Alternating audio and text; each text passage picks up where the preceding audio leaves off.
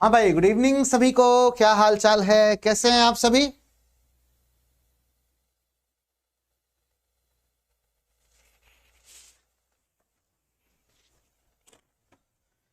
Good evening, good evening, good evening सभी बच्चा लोगों को बहुत ढेर सारा गुड इवनिंग।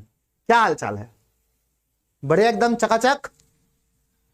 तो तैयार हैं आज आप सभी इस चैप्टर का दी एंड करने के लिए? बताइए सभी बच्चा लोगों को गुड इवनिंग, सभी बच्चा लोगों को गुड इवनिंग। आज हम चैप्टर नंबर 13 जिसका नाम है नाभिक, ठीक है, वो पढ़ने वाले हैं। कि ना बहुत आसान चैप्टर है, बहुत मजा आएगी आपको पढ़ने में और स्कोरिंग भी है, ठीक है। जो बच्चे डरते रहते हैं न्यूमेरिकल वगैरह से फिजिक्स के नाम पे, तो वो भी आज नहीं डरेंगे क्योंकि इस चैप्टर में थ्योरी बहुत ज्यादा है, न्यूमेरिकल थोड़ा सा, ठीक है। तो चलिए शुरू करते हैं आज का चैप्टर जिसका नाम है नाभिक और इसका पहला टॉपिक है नाभिक की संरचना। तो ये आप सबको पता है कि परमाणु के अंदर उसके केंद्र में एक धनावेशित भाग होता है, सॉलिड होता है, जिसको हम बोलते हैं नाभिक। नाभिक में होते हैं न्यूट्रॉन और नाभिक में होते हैं प्रोटॉन। इलेक्ट्रॉन चारों ओर चक्कर लगाते हैं, ये नाभिक में नहीं रहते हैं, है ना। कहोगे सर ये तो बचपन वाली कहानी है, सबने बताई है, हमको पता है पहले से, ठीक है। तो नाभिक में जितने भी न्यूट्रॉन रहते हैं और जितने भी प्रोटॉन रहते हैं, अगर इन सब को एक साथ मिला लिया जाए तो इनको हम बोलते हैं न्यूक्लियॉन। क्या बोलते हैं? न्यूक्लियॉन।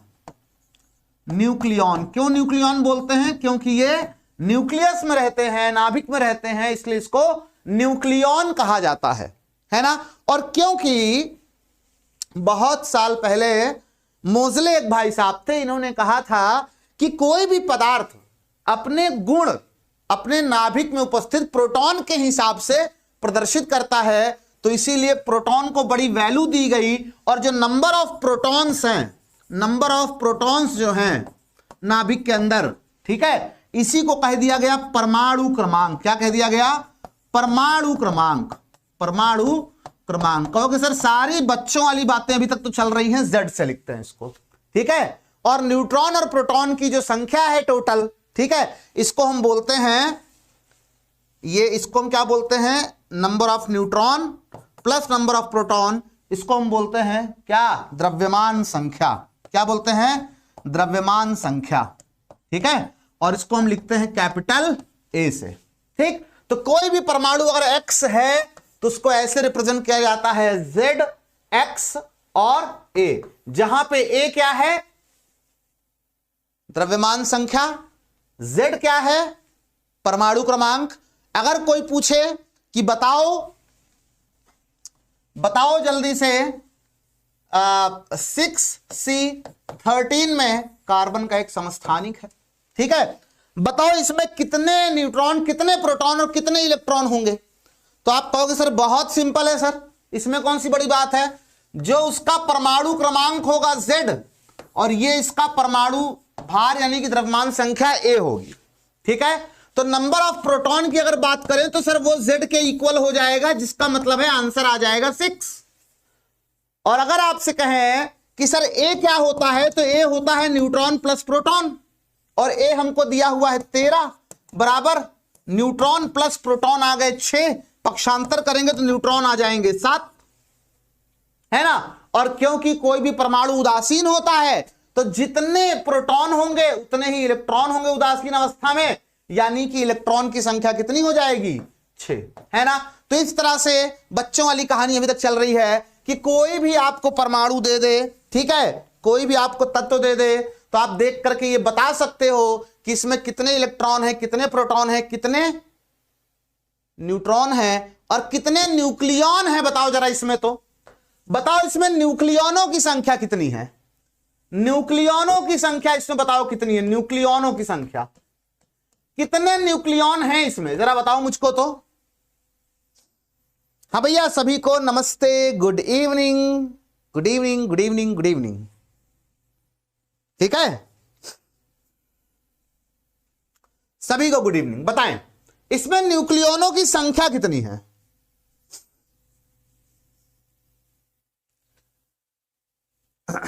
पहले सही से पढ़ाइए आप, माफ करिए भाई साहब हमको पढ़ाना नहीं आता है, इसके लिए आपसे हम बहुत बहुत बहुत बहुत ज्यादा क्षमा मांगते हैं। आप कोई दूसरा द्वार ताक सकते हैं। हाँ भाई बताएं बाकी लोग, न्यूक्लियनों की संख्या किसको बोलते हैं? Number of neutron plus number of proton. तो कितने न्यूट्रॉन हैं सर? न्यूट्रॉन कितने हैं इसमें? प्रोटॉन 6 हैं, न्यूट्रॉन 7 हैं, तो 7 6 13 हो जाएंगे न्यूक्लियनों की संख्या। मैंने कहा जो न्यूक्लियस में रहते हैं वो न्यूक्लियन है। बोलो बात समझ में आई? अरे तुम लोग क्यों ऐसे लोगों के मुंह लगते हो? 20 रुपए भाड़े वाले हैं ये सब। आप लोग पढ़ने पे फोकस करिए, जाने दीजिए, ठीक है। तो न्यूक्लियनों की संख्या कितनी हो जाएगी? 13 हो जाएगी। बहुत आसान है, ठीक। आइए आगे चलते हैं, ठीक है, आगे चलते हैं, आगे चलते हैं। चलिए समस्थानिक क्या होते हैं अब और संभारिक क्या होते हैं। देखिए जो न्यूट्रॉन प्रोटॉन है ना, यही दोनों मिलकर के पूरे नाभिक की संरचना करते हैं। तो इन्हीं दोनों की संख्या के आधार पर हम लोगों ने टोटल 3 प्रकार के, मुख्यतः वैसे तो और भी हैं, लेकिन मेन 3 प्रकार के हम लोग डिवीजन किया है हम लोगों ने। किसका? सभी तत्वों का, ठीक है। समस्थानिक मतलब स्थान समान हो। कहा स्थान समान हो? पीरियोडिक टेबल में। कहा? पीरियोडिक टेबल में जिसका स्थान समान हो। इसका मतलब क्या हो गया? पीरियोडिक टेबल सब लोग जानते होंगे। पीरियोडिक टेबल में क्या हो? समान स्थान पर रखे गए हों, समान स्थान पर रखे गए हों, उनको बोलते हैं समस्थानिक। समान स्थान पर बैठे हुए हैं दोनों, है ना। अब पीरियोडिक टेबल में किसी भी तत्व को रखने के लिए क्या शर्त होती है? पीरियोडिक टेबल में कोई तत्व किसके बाद आएगा ये कौन तय करता है? उसका परमाणु क्रमांक, है ना। तो अगर 2 तत्वों में परमाणु क्रमांक यानी कि नंबर ऑफ प्रोटॉन सेम हो, क्या? परमाणु क्रमांक या प्रोटॉनों की संख्या क्या हो?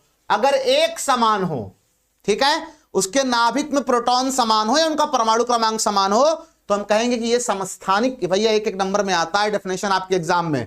ये मत सोचो सर बहुत हलवा हलवा पढ़ा रहे हैं। अरे हलवा हलवा एग्जाम में आता है तो हलवा हलवा ही पढ़ाएंगे ना, क्यों भाई? ठीक है।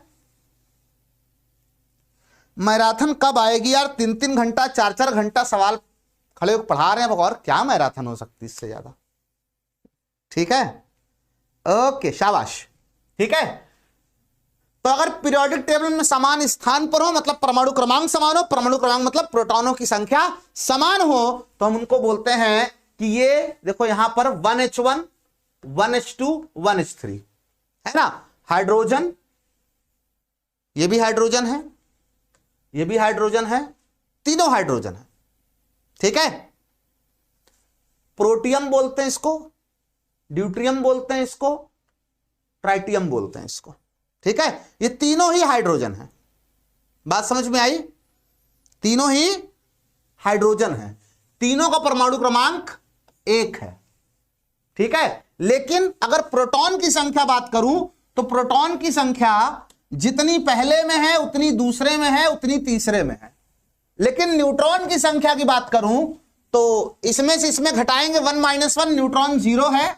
इसमें इसको 2 में से 1 गए, न्यूट्रॉन 1 है। इसमें 3 में से 1 गए, न्यूट्रॉन 2 है ना। तो इसमें 1, इसमें 0 न्यूट्रॉन, इसमें 1 न्यूट्रॉन, इसमें 2 न्यूट्रॉन, लेकिन प्रोटॉन सब में 1 है, ठीक है। तो अगर प्रोटॉनों की संख्या समान है तो उनको हम कहेंगे समस्थानिक हैं। एक एग्जाम्पल आपके सामने लिखा हुआ है, ठीक है। एग्जाम्पल और भी अभी मैंने जो कार्बन लिया था 6C12 6C14, ठीक है, ये दोनों भी समस्थानिक होते हैं, ठीक है। ये भी एग्जाम्पल एक आपके सामने लिखा हुआ है। फिर आता है समभारिक। एक बात बताओ, नाभिक का भार यानी द्रव्यमान किससे तय होता है? ठीक, नाभिक का भार यानी द्रव्यमान किससे तय होता है? तो आपको अक्सर परमाणु भार से तय होता है, न्यूक्लियनों की संख्या से तय होता है ना। तो अगर न्यूक्लियनों की संख्या यानी न्यूट्रॉन प्लस प्रोटॉन एक समान हो, भाई नाभिक के अंदर कौन रह रहा है? न्यूट्रॉन प्रोटॉन दोनों रह रहे हैं ना। तो भार के लिए कौन उत्तरदायी हुआ? न्यूट्रॉन प्रोटॉन दोनों उत्तरदायी हुआ ना, ठीक है। इसका मतलब है कि जो न्यूट्रॉन प्लस प्रोटॉन की संख्या है अगर वो समान है, ठीक, जैसे यहां पर देखिए 6N14 और 7N14, ठीक है, यहां पे गलत लिखा हुआ है, ठीक। कार्बन का परमाणु क्रमांक कितना होता है? 6 होता है। तो ये कार्बन है एक्चुअल में, और ये नाइट्रोजन सही लिखा हुआ है। ठीक है, तो ये होना चाहिए 6C14 और ये होना चाहिए 7N14। अब सही लिखा हुआ है, इसको काट देता हूं मैं। ठीक है, तो देखिए दोनों का परमाणु क्रमांक तो अलग अलग है, दोनों में प्रोटॉनों की संख्या तो अलग अलग है, लेकिन दोनों का परमाणु भार यानी कि दोनों में न्यूट्रॉन प्लस प्रोटॉन की संख्या यानी न्यूक्लियोनों की संख्या इन दोनों में समान है। तो हम कहेंगे ये दोनों समभारिक कहलाएंगे। क्या कहलाएंगे? जोर से बोलो कमेंट बॉक्स में, इन दोनों को क्या बोलेंगे? समभारिक। क्या यह चैप्टर शुरू से चल रहा है? बेटा शुरू से ही पढ़ाते हैं कोई भी चीज हम तो, है ना, ये सबको पता ही होगा।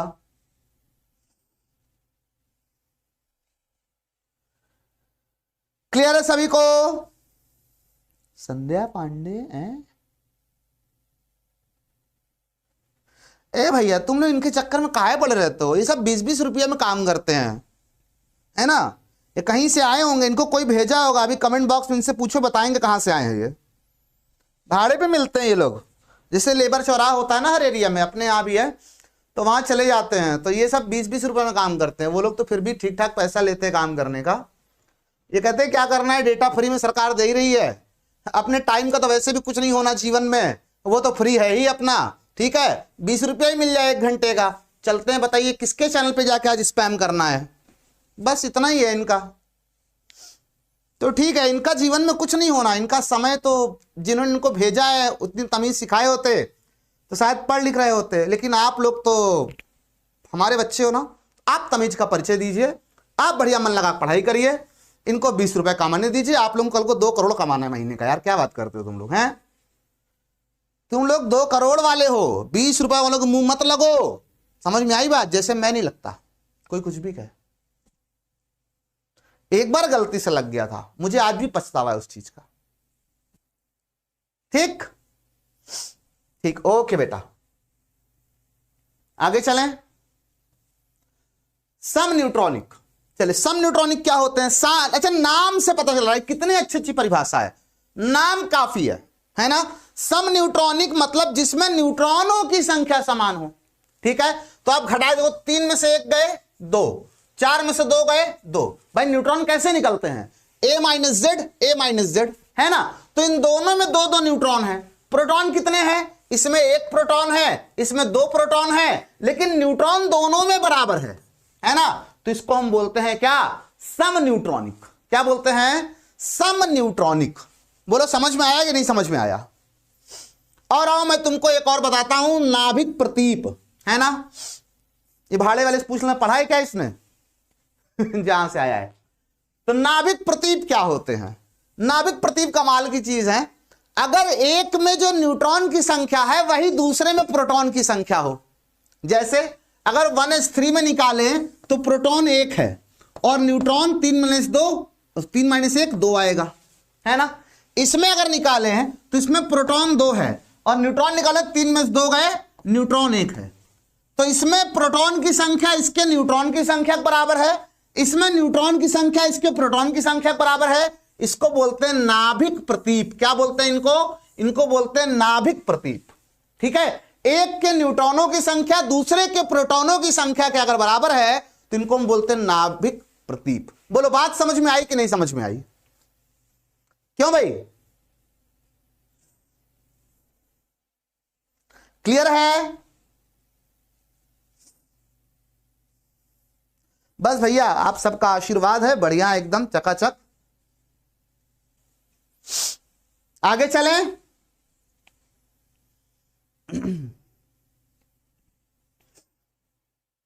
ओके बेटा चलिए, ठीक है, आगे चलते हैं हम लोग। नेक्स्ट नाभिक के आकार की बात करते हैं। नाभिक का आकार क्या होता है? ठीक है, तो जो नाभिक का आकार होता है वो देखा गया कि इसके परमाणु द्रव्यमान के अनुक्रमानुपाती होता है।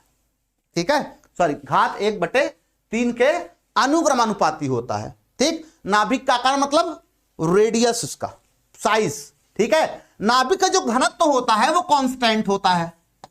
घनत्व क्या है? घनत्व कांस्टेंट होता है। ठीक, तो अगर मैं आपसे कहूं कि आयतन बराबर क्या होता है तो 4/3 πr³ होता है सर, है ना। और आयतन बराबर क्या हो जाएगा, द्रव्यमान गुणे घनत्व। तो द्रव्यमान और गुणे घनत्व रो में लिख देता हूं जो कि कांस्टेंट है ना। और द्रव्यमान मतलब सर, द्रव्यमान मतलब उसकी द्रव्यमान संख्या टोटल, ठीक है। एक न्यूट्रॉन या प्रोटॉन द्रव्यमान गुणे ए, ठीक भाई। अगर टोटल 10 प्रोटॉन है तो न्यूट्रॉन और प्रोटॉन द्रव्यमान लगभग बराबर होता है। समझो इस चीज को। देखो ये डायरेक्ट लिखा होता है किताबों में, लेकिन मैं आपको समझाना चाह रहा हूं कि आया कहां से है, ठीक है। डेफिनेशन तो कहीं से भी पढ़ लोगे ना यार, ठीक है। तो न्यूट्रॉन प्रोटॉन का द्रव्यमान लगभग बराबर होता है, बहुत थोड़ा सा अंतर होता है, उसको नेग्लिजिबल मानते हैं, ठीक है। लगभग बराबर होता है, ठीक। तो अगर एक न्यूट्रॉन एक प्रोटॉन द्रव्यमान में m मान लें और टोटल नाभिक में 10 न्यूट्रॉन प्रोटॉन मिला के हैं, न्यूक्लियन 10 हैं, तो 10 से गुणा कर देंगे, टोटल द्रव्यमान मिल जाएगा।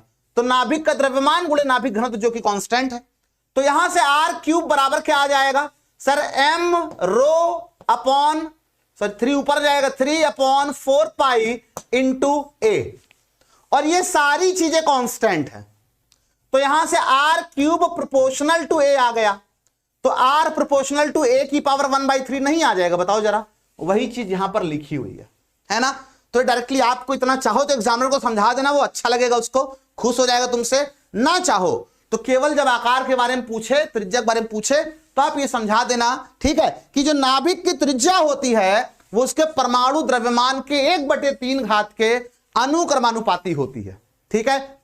और यहां पे जो अनुक्रमानुपाती नियतांक आया है ना, ठीक है, इसको हम R0 से प्रदर्शित करते हैं। और R0 का जो मात्रक होता है उसको हम बोलते हैं, सॉरी, इसका जो मान होता है वो था 1.2 फर्मी। अब फर्मी क्या है सर, एक फर्मी या एक फेम्टोमीटर, फर्मी या इसी को बोलते हैं फेम्टोमीटर, फेम्टोमीटर है ना। इसका मान 10⁻⁻15 मीटर होता है। हमने एक नया मात्रक क्यों बना लिया, आप जानते हो, जब जब आवश्यकता हमको पड़ती है। जैसे मान लो हमको इस पेन का आकार मापना है, तो आप किस में मापोगे, सेंटीमीटर में, मीटर में, किलोमीटर में, प्रकाश वर्ष में। इस पेन का आकार आप किस में माप के बताओगे, सेंटीमीटर, मीटर, किलोमीटर या प्रकाश वर्ष, बताओ जल्दी से। इस पेन का आकार आप किस में मापोगे, बताओ जल्दी से। सेंटीमीटर में मापोगे, है ना। आपसे पूछे कि आगरा से दिल्ली कितना दूर है, अब इसलिए आप किलोमीटर में बताओगे। आपसे पूछे सूर्य से पृथ्वी कितना दूर है, आप प्रकाश वर्ष में बताओगे, है ना। तो बड़ा बड़ा मापने के लिए हमारे पास बड़ी बड़ी यूनिट बनती गई, लेकिन जब बहुत छोटा मापना हुआ, हमें बैक्टीरिया का साइज मापना हुआ, तो हमने नैनोमीटर, एंगस्ट्रॉम बना लिया। लेकिन जो नाभिक है वो और छोटा हो गया। इतना छोटा मापना है तो हमने एक नई यूनिट बनाई जिसका नाम है फेम्टोमीटर, है ना। एक फेम्टोमीटर बराबर तो 10⁻⁻15 मीटर, ठीक है। और R0 का मान क्या होता है, जो R0 यहां अनुक्रमानुपाती नियतांक आया है ना, ये इसका मान होता है 1.2 × 10⁻15 मीटर या 1.2 फर्मी। बोलो इतनी बातें सबको समझ में आई कि नहीं समझ में आई। चैप्टर बहुत आसान है, इसी मजा लेते लेते हम लोग खत्म कर दें, पता नहीं चले कब खत्म हो गया, है ना। बोले भाई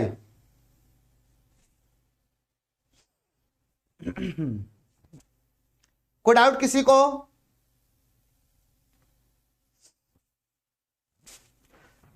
कितने में बेचेंगे अपना स्टूडियो? अब बेटा मेरा स्टूडियो तुम्हारी खरीदने की अभी औकात नहीं है। हाँ, तुम्हारे पापा की हो सकती, तुम्हारी नहीं है ना। You know what I mean, ठीक है। आगे चलें।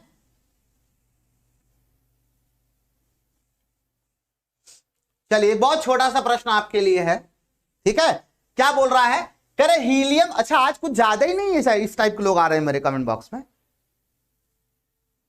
अच्छा, उधर से गए हैं भाड़े पे, 2-4 और बुला के लाए हैं क्या, ये बात है। अच्छा है, तुम लोग ऐसे करते रहो, इससे मेरा फायदा, ये नुकसान नहीं होने वाला है। हीलियम की द्रव्यमान संख्या 4 है, यानी हीलियम के लिए A of helium given that, ठीक है। और सल्फर की जो द्रव्यमान संख्या है A ऑफ सल्फर इज 32। आपसे कह रहा है कि हीलियम और सल्फर की त्रिज्याओं का अनुपात बताइए। तो आप बताइए कि त्रिज्या का फॉर्मूला होता है R equal to R naught A की पावर 1/3 होता है, क्यों भाई, है ना। तो अगर मैं लिखूं R helium divided by R sulphur, तो हो जाएगा R नॉट ए हीलियम की पावर 1/3 बटे में R नॉट ए सल्फर की पावर 1/3, है ना। आपको अक्सर ही कैंसिल हो जाएगा, तो ठीक है, तो हो जाएगा R हीलियम बटे R sulphur is equal to A helium का कितना है सर, हीलियम का है 4 बटे में सल्फर कितना है सर, सल्फर का है सर 32, और पावर क्योंकि दोनों पे 1/3 है तो पूरे में उठा के 1/3 लगा दे रहा हूं, कोई दिक्कत की बात तो होनी नहीं चाहिए मेरे हिसाब से, ठीक है। तो R हीलियम बटे R सल्फर, ये हो जाएगा 4 8 32, और 8 का क्यूब रूट कितना हो जाएगा, 2 हो जाएगा, क्यों भाई, 2 दूना 4 दूना 8, तो अगर पावर 1/3 चढ़ी हुई है तो इसका क्यूब रूट निकालेंगे, 2 दूना 4 दूना 8, 3 बार जा रहा है 2 का पहाड़ा, तो ये 1/2 आ जाएगा। यानी हीलियम और सल्फर दोनों का एटॉमिक रेडियस, एटॉमिक नहीं न्यूक्लियस के रेडियस का जो रेशियो आएगा, 3 कैसे हो गया जी, यहां 2 बोला मैंने, लिखा 3, ये हो जाएगा 1:2। क्लियर है, बोलो भाई समझ में आया बात सबको कि नहीं समझ में आया, जल्दी से बताओ।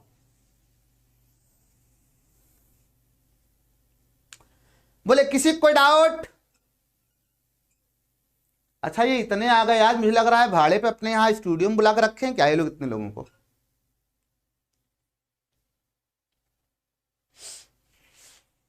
अच्छा है ना, लग यही रहा है अब।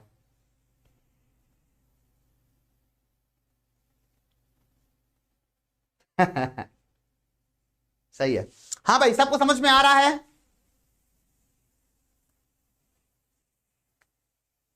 क्लियर है सभी को, कोई डाउट।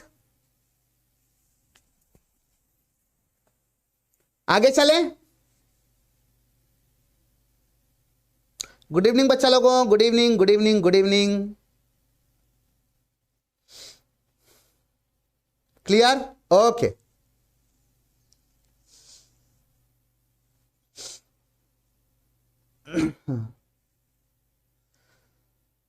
नहीं नहीं, इन लोगों को लगे रहने दो, ठीक है।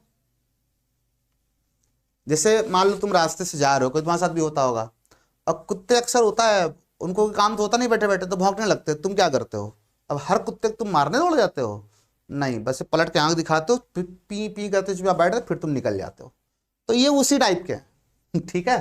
तो इनको भौंकने दिया जाए, हाँ एंटरटेन कर रहे हैं तो क्लास का मजा थोड़ा बना हुआ है, क्लास थोड़ा बोरिंग नहीं हो रही है ना, क्योंकि अपनी क्लास इतनी एंटरटेनिंग हो नहीं पाती जनरली, पढ़ाने में टाइम निकल जाता है, तो इनको थोड़ा करने दो, ठीक। फिर कह रहा है कि यदि नाभिक एल्युमिनियम का कह रहा है कि त्रिज्या 3.6 फर्मी है, त्रिज्या एल्युमिनियम की कितनी है, 3.6 फर्मी है ना, और आपसे कह रहा है तो जो टीई है, पेरिटोलियस का जो भी नाम हो, केमिस्ट्री मेरी कमजोर है, तो RTE है ना, टेलेनियम कुछ होगा समथिंग लाइक दैट, इसकी त्रिज्या आपसे पूछ रहा है कितनी होगी। तो मुझे लगता है कि ये क्वेश्चन आसान है हमारे लिए, है ना। क्यों आसान है, क्योंकि सर अपने को इसका परमाणु द्रव्यमान A की वैल्यू पता है, किसकी, एल्युमिनियम की, कितनी है सर 27 है, और TE के लिए A की वैल्यू कितनी है, तो सर ये है 125, ठीक है। अब क्या करोगे, पिछले क्वेश्चन की तरह ही सर दोनों का रेशियो निकाल लो सर, ठीक है, एल्युमिनियम का डिवाइडेड बाई किसका, टीई का, बराबर एल्युमिनियम का आप एल्युमिनियम सामने लिखोगे R नॉट ए किसका, एल्युमिनियम का power 1/3 divided by R naught ए किसका, टीई का पावर 1/3, ये दोनों कैंसिल हो गए, है ना। आपको अक्सर दिया किसका, एल्युमिनियम का, मान रख देते 3.6 बटे RTE। कुछ बच्चे कहेंगे सर कि क्या इसको हम लोग कन्वर्ट ना करें मीटर में, बिल्कुल मत कन्वर्ट करो। मैंने आपको बताया जब भी हम रेशियो के लिए सॉल्व करते हैं किसी क्वेश्चन को, जब डिवाइड वगैरह कर रहे होते हैं सेम राशियों को, तो मात्रक मत परिवर्तित करिए, इतना याद रखिएगा कि जो दिया जिस मात्रक में है आंसर भी उसी मात्रक में निकल करके आएगा, ठीक है। तो बराबर ये हो जाएगा एल्युमिनियम के लिए कितनी वैल्यू है 27 डिवाइडेड बाई 125 दिया इसकी वैल्यू पावर 1/3 है ना। अब 27 किसका क्यूब है 3 त्रिक्का 9 त्रिक 27 और ये किसका है 5 पचे 25 पंजे 125 तो आएगा 3.6 divided by R T is equal to 3/5। ये ऊपर जाएगा ये इधर ऊपर और ये नीचे जाएगा तो यहां से अपने को आर टी ई की वैल्यू मिल जाएगी।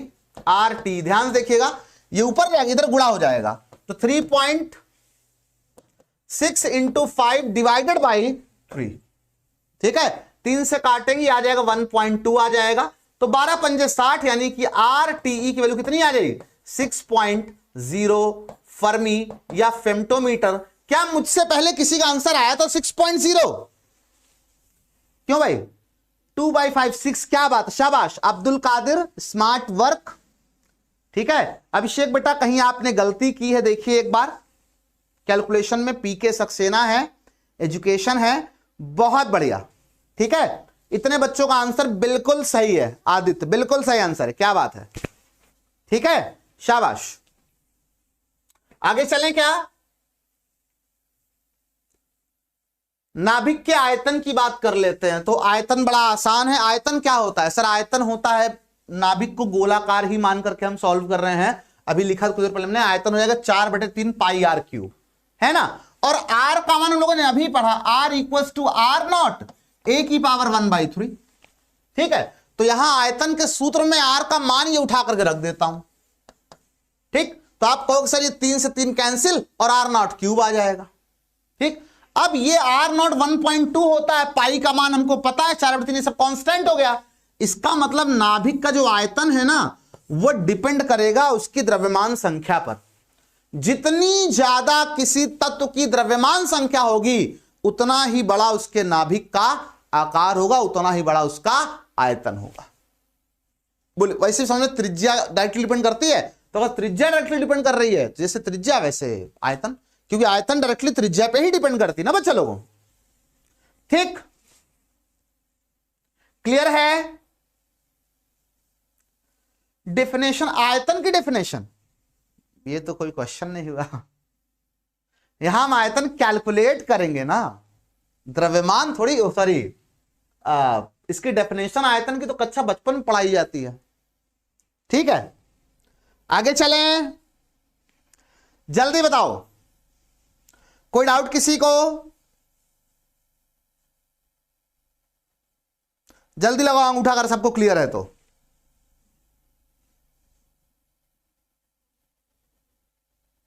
हाँ बेटा नाभिक का ही कैलकुलेशन कर रहे हैं अभी हम लोग आज का चैप्टर ही हमारा नाभिक है। ओके शाबाश बहुत बढ़िया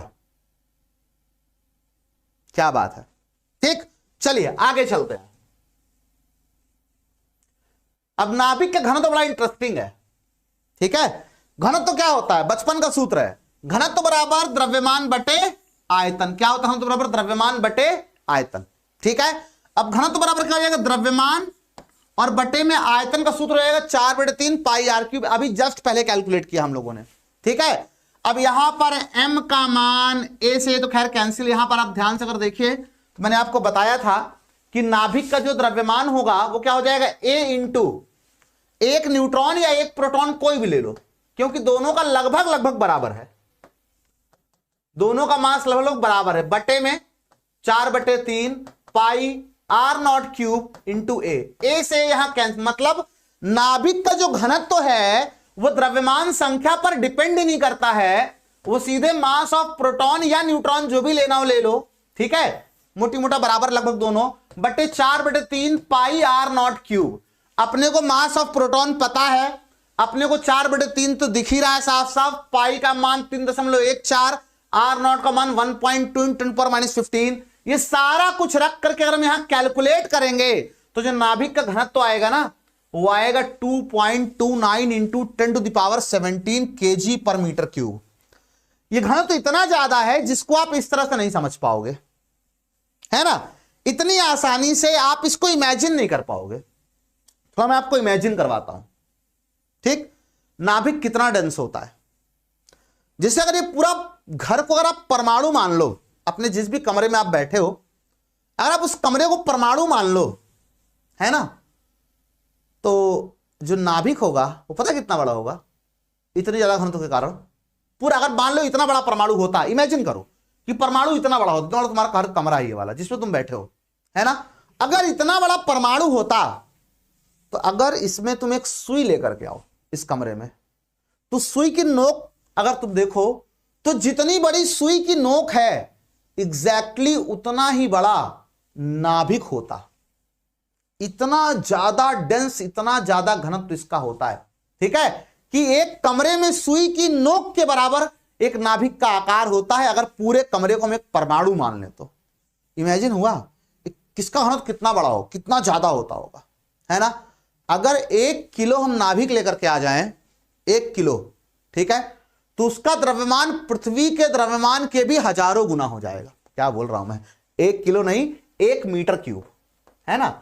अगर नाभिक को मैं 1 मीटर क्यूब के बॉक्स में अगर मान लो पूरा पैक कर दूं, सारे नाभिक ही नाभिक रहे उसमें, है ना, तो इसका द्रव्यमान पृथ्वी के द्रव्यमान के भी लाखों गुना हो जाएगा मात्र इतने बड़े बॉक्स में, और पृथ्वी के द्रव्यमान के लाखों गुना, करोड़ों अरबों गुना, लाखों कम बोल दिया मैं।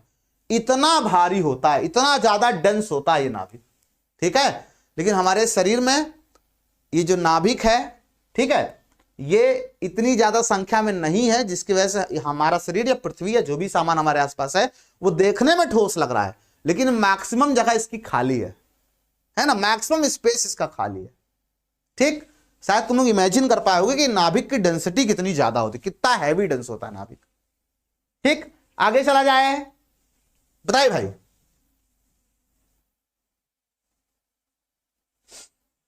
क्या हुआ बेटा, एकांक आयतन,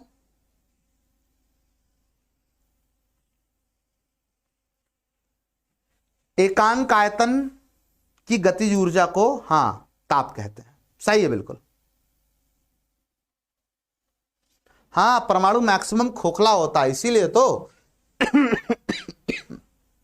ठीक है। आई होप इतनी बात समझ। परमाणु द्रव्यमान मात्रक की बात कर लेते हैं। मैंने आपसे कहा कि क्योंकि परमाणु इतना ज्यादा हल्का होता है, आकार नापने के लिए हम लोगों ने फेम्टोमीटर या फर्मी बना लिया, जिससे हम परमाणु का साइज मेजर करेंगे, ठीक है।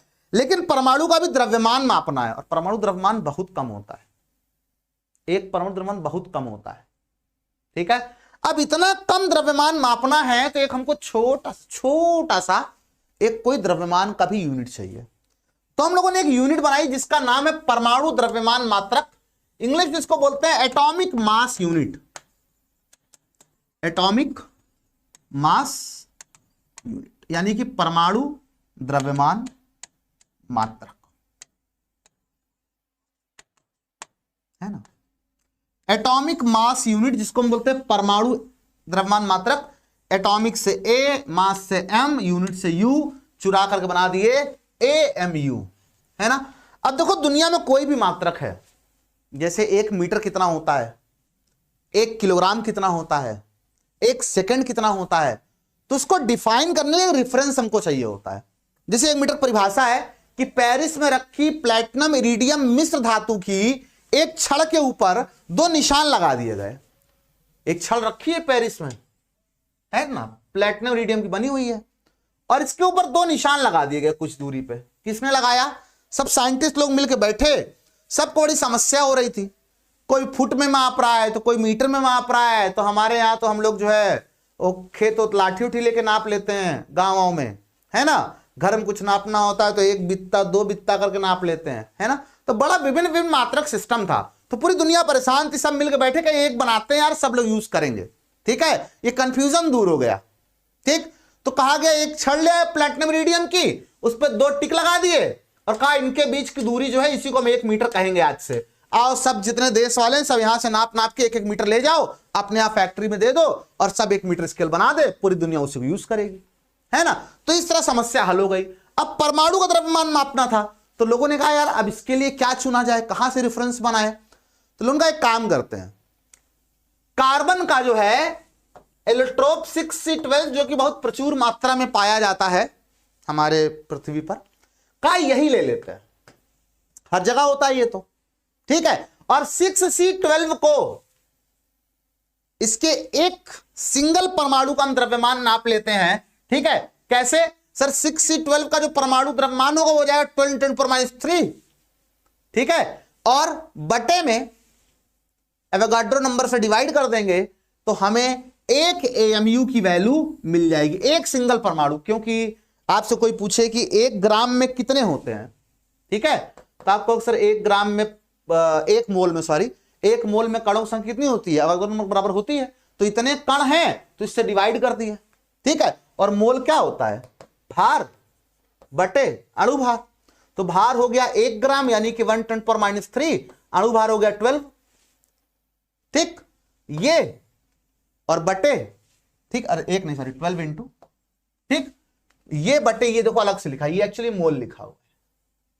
ठीक है, तो 1 मोल हो गया, उसमें इससे डिवाइड कर दिए, 1 कण आ गया। अब 1 कण का जो भार आएगा उसी को हम बोलेंगे ये 1 AMU की वैल्यू है। ठीक है, तो ये कैलकुलेशन में समझाया मैंने, डेफिनेशन बहुत सिंपल है कि एक 6C12 का जो 12वां भाग होगा, 12वां भाग, ठीक, डेफिनेशन क्या कहती है कि अंतरराष्ट्रीय पद्धति के अनुसार 6C12 के एक परमाणु द्रव्यमान के 12वें भाग, ठीक है, को परमाणु द्रव्यमान मात्रक कहते हैं। यहां से एक AMU की डेफिनेशन निकल के आ जाती है, एक atomic mass unit is equal to 1.6605 into 10⁻⁻27 kg। बोलिए क्लियर है, समझ में आया? क्यों भाई, कोई डाउट किसी को?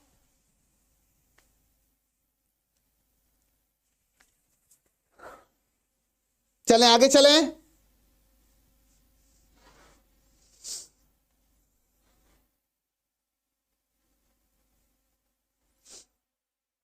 ओके, जल्दी अंगूठा लगाओ, आगे चलते हैं।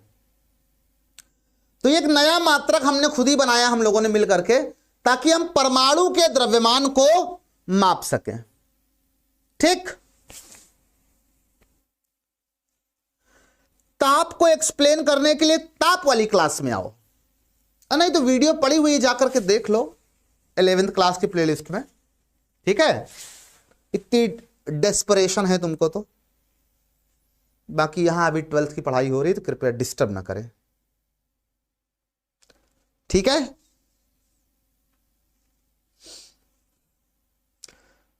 कुछ लोग पैदा ही होते हैं बेइज्जत होने के लिए तो उनकी चिंता तुम लोग ना करो, उनकी कितनी बेइज्जती कर दोगे वो फिर चले आएंगे। अगर इस टाइप के ना होते तो ये सब काम कर रहे होते, वो नहीं कर रहे होते, कोई ढंग का काम कर रहे होते। तो 20 रुपए में जो काम करता है वो ऐसे ही काम कर सकता है।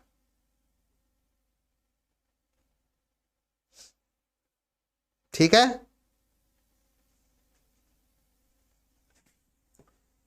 आगे चलें।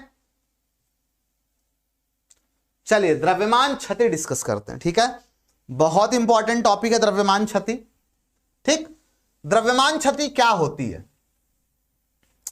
यह पाया गया कि जब कोई भी, अच्छा एक बात बताओ, जिसे मान लो एक ये लिफ्ट है या कोई एक डब्बा है, ठीक है, इसके अंदर मैंने चंगू, मंगू और गंगू तीनों को बैठा दिया और मैंने इसको तराजू पर रख दिया। ठीक है, और मैंने इस डब्बे के भार को बाद में माइनस कर दिया जाएगा, तो मैंने इसको तौला तो मान लो कि टोटल इसका द्रव्यमान जो आया वो M1 आया। ठीक है, फिर मैंने इनको डिब्बे से बाहर निकाला, मैंने कहा चलो अब फिर तराजू अकेले अकेले चढ़ो तुम लोग।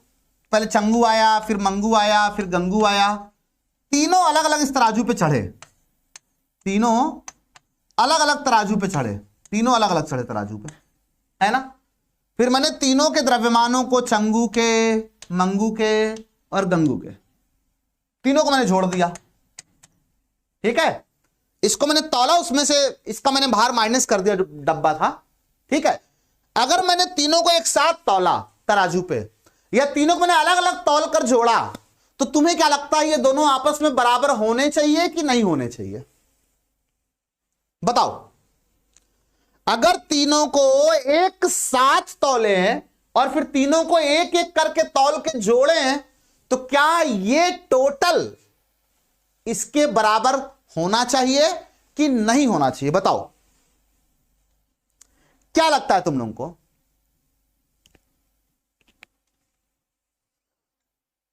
क्यों भाई?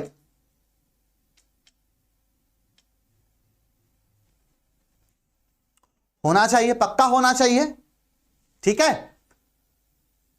ये टोटल जो है इसके बराबर होना चाहिए, बिल्कुल सर, इसमें तो कोई नई बात है नहीं, बहुत कॉमन सेंस की बात है, तो होना चाहिए बराबर। लेकिन यही कॉमन सेंस तो गड़बड़ाया जब अलग अलग न्यूट्रॉन प्रोटॉन को तौला गया और उसके बाद नाभिक के अंदर इनको फिट करके फिर से तौला गया। तो कमाल की बात यही थी कि जो नाभिक का द्रव्यमान था, न्यूक्लियस का जो मास था, है ना, वो कम आ रहा था टोटल प्रोटॉन और टोटल न्यूट्रॉन के मास से। वैज्ञानिक आश्चर्यचकित हो गए, ऐसा कैसे हो सकता है? न्यूट्रॉन प्रोटॉन बाहर हैं, तौल लिया उनको, ठीक है, नाभिक बन गया उनको मिला करके, फिर तौल लिया उसको। तो ये जो नाभिक बनने के बाद पूरे नाभिक का जो भार आ रहा है वो इनके अलग अलग भार से कम क्यों आ रहा है? थोड़ा आश्चर्य की बात है कि ये वाला भार इसके बराबर ना हो करके जब अलग अलग तौला और जब इकट्ठे तौला तो ये अपने आप कम हो जाए, है ना। तो आश्चर्य तो सभी को होगा कि ऐसे कैसे हो गया, ऐसे कैसे हो गया भाई, कैसे हो गया? इस बात को आइंस्टाइन ने समझाया था। आइंस्टाइन ने कहा देखो मैं तो पहले ही दे चुका हूं द्रव्यमान ऊर्जा समीकरण, तुम लोग मानते नहीं हो मेरी बात को। कई एक बात बताओ, नाभिक अपने आप बन जाएगा कि नहीं? अपने आप तो नहीं बनेगा। क्या फिर बनाने के लिए ऊर्जा लगेगी? हाँ, कुछ भी काम करना ऊर्जा तो चाहिए ही होता है ना। जैसे अभी लोग ये सब स्पैम कर रहे हैं तो इनको 20 रुपए तो चाहिए ही होता है, उसके बिना थोड़े करेंगे। तो वही ऊर्जा इनकी, उतने में काम इनका हो जाता है। तो ऊर्जा तो चाहिए ही सर, है ना। और बिना ऊर्जा के नाभिक कहां से बनेगी? ऊर्जा कहां से आई? बात तो सोचने वाली, ये ऊर्जा कहां से आई होगी? तो आइंस्टाइन चाचा ने कहा कि जब ये न्यूट्रॉन प्रोटॉन इकट्ठा होकर के नाभिक का निर्माण करते हैं ना, तो उसमें होती है कुछ द्रव्यमान क्षति। मतलब टोटल प्रोटॉन का द्रव्यमान, कितने प्रोटॉन होंगे? मान लो अगर मैं बात करूं 6C12 की, अगर मान लो 6C14 की अगर बात करूं तो कितने प्रोटॉन होंगे? 6 प्रोटॉन। तो 6 यानी परमाणु क्रमांक गुणे प्रोटॉन का द्रव्यमान, है ना। प्लस कितने न्यूट्रॉन होंगे? तो सर 14 में से 6 घटाएंगे तो न्यूट्रॉन निकल आएगा, मतलब A-Z। तो A-Z न्यूट्रॉन हो गए। तो ये टोटल हम कर लेंगे तो न्यूट्रॉन प्लस प्रोटॉन का अलग अलग द्रव्यमान तौल लिया हम लोगों ने, ठीक है, और उसमें से माइनस कर दिया मास ऑफ न्यूक्लियस, ठीक है। न्यूक्लियस घरा दिया हमने। ये 0 आना चाहिए था लेकिन आया नहीं, है ना। ये ऑलवेज क्या आया? ये एक पॉजिटिव नंबर आया, ये हमेशा एक पॉजिटिव नंबर आया, ठीक है। मतलब नाभिक का भार हमेशा उसमें उपस्थित टोटल न्यूट्रॉन और टोटल प्रोटॉन के भार को जोड़ने पर हमेशा उसके द्रव्यमान से कम ही भार निकल रहा है द्रव्यमान, ठीक है। तो उसके द्रव्यमान से कम ही आया, क्योंकि मैंने एग्जांपल में एक्चुअली भार यूज किया है ना, हम लोगों का तो भार ही होता है, तराजू में द्रव्यमान कहां ही होता है, ठीक। तो ये हमेशा कम ही आ रहा था, यानी कि वैल्यू हमेशा पॉजिटिव आ रही थी। तो आइंस्टाइन चाचा ने कहा कि यही जो द्रव्यमान जो पॉजिटिव आ रहा है ना, 0.2230 AMU थोड़ा जो आ रहा है ना, कह रहा यही द्रव्यमान जो नष्ट हुआ तो डेल्टा mc² से ये ऊर्जा में कन्वर्ट हुआ। E बराबर mc², सब जानते होंगे, जिसको फिजिक्स का P नहीं पता है वो भी जानता है E बराबर mc², है ना।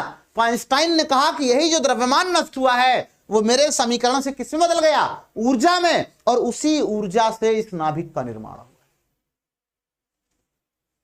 फिट हुआ? बताओ भाई, इतनी बात समझ में आई कि नहीं समझ में आई? क्यों? क्या इतनी बातें सबको समझ में आई? बताइए जल्दी से।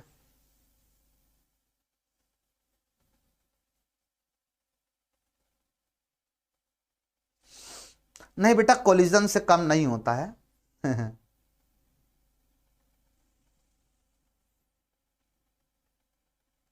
क्लियर है?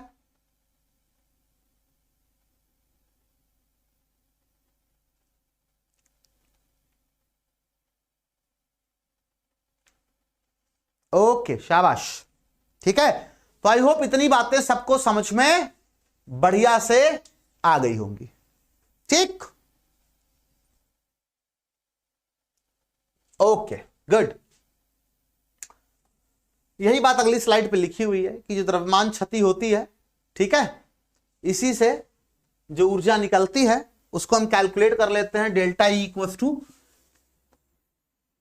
डेल्टा एमसी स्क्वायर, और इसी को हम बोलते हैं नाभिक की बंधन ऊर्जा। मतलब नाभिक के अंदर न्यूट्रॉन प्रोटॉन को बांध के रखने के लिए इतनी ऊर्जा लगेगी, और वही ऊर्जा कैसे बनी है, इन्हीं के द्रव्यमान को क्षति करके उसी से बना करके। जैसे हम ही लोगों का टैक्स काटा जाता है, ठीक है, 50% टैक्स लेते हैं, फिर हम ही को फ्री में 5 किलो राशन दे देते हैं और हम कहते हैं वाह मोदी जी वाह, ठीक है। उसी तरह से इन्हीं नाभिकों, इन्हीं सभी जो छोटे छोटे कण हैं, इन्हीं का द्रव्यमान क्षति की जाती है, और इन्हीं द्रव्यमान क्षति से इन्हीं को बनाया जाता है, और ये खुश रहते हैं कि हम हंसी खुशी एक परिवार में जी खा रहे हैं, ठीक है। ऐसे काम करता है पूरा सिस्टम। क्लियर है? ठीक, कोई डाउट किसी को? आगे चलें।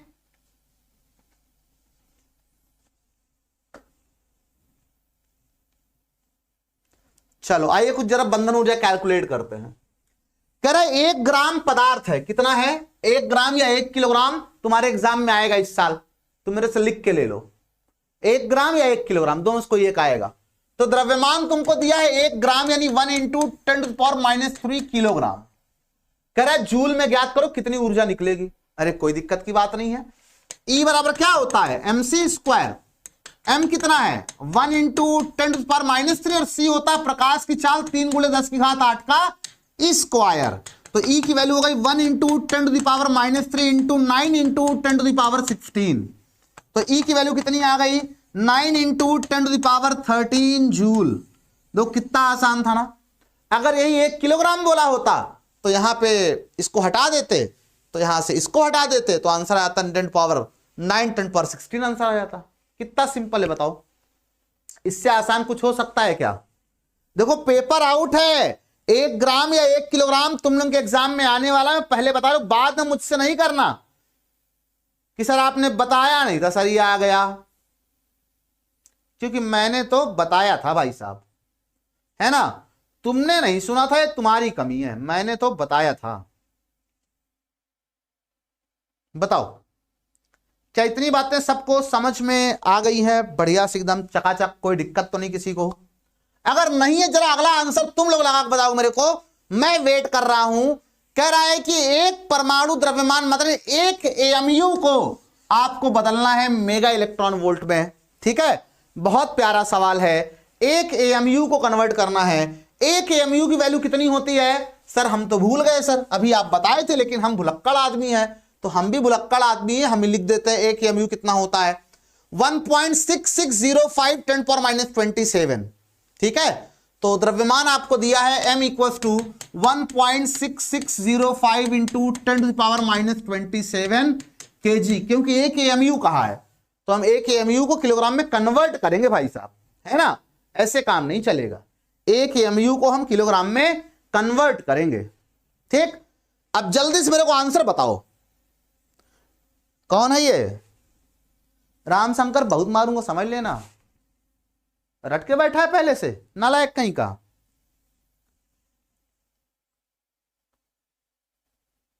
कैलकुलेट कर लो जरा सा तुम लोग, क्योंकि 9 से 31 एग्जैक्ट नहीं है। जो एग्जैक्ट बता दिया मैं समझ जाऊंगा ये भी लगाया है। कैलकुलेटर का प्रयोग आप कर सकते हो, है ना। एग्जाम में नहीं करना है, लेकिन यहां आप कैलकुलेटर प्रयोग कर सकते हो, आप चाहो तो। मेरी तरफ से छूट है आपको, ठीक है। कैलकुलेटर एग्जाम में मत करना, एग्जाम में गुणा भाग कर लेना, लेकिन यहां आप कर सकते हो।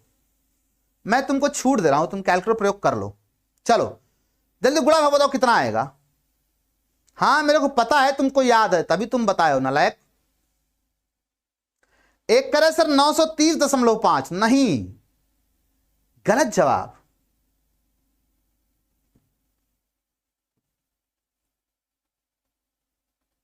नौ 930 नहीं होगा।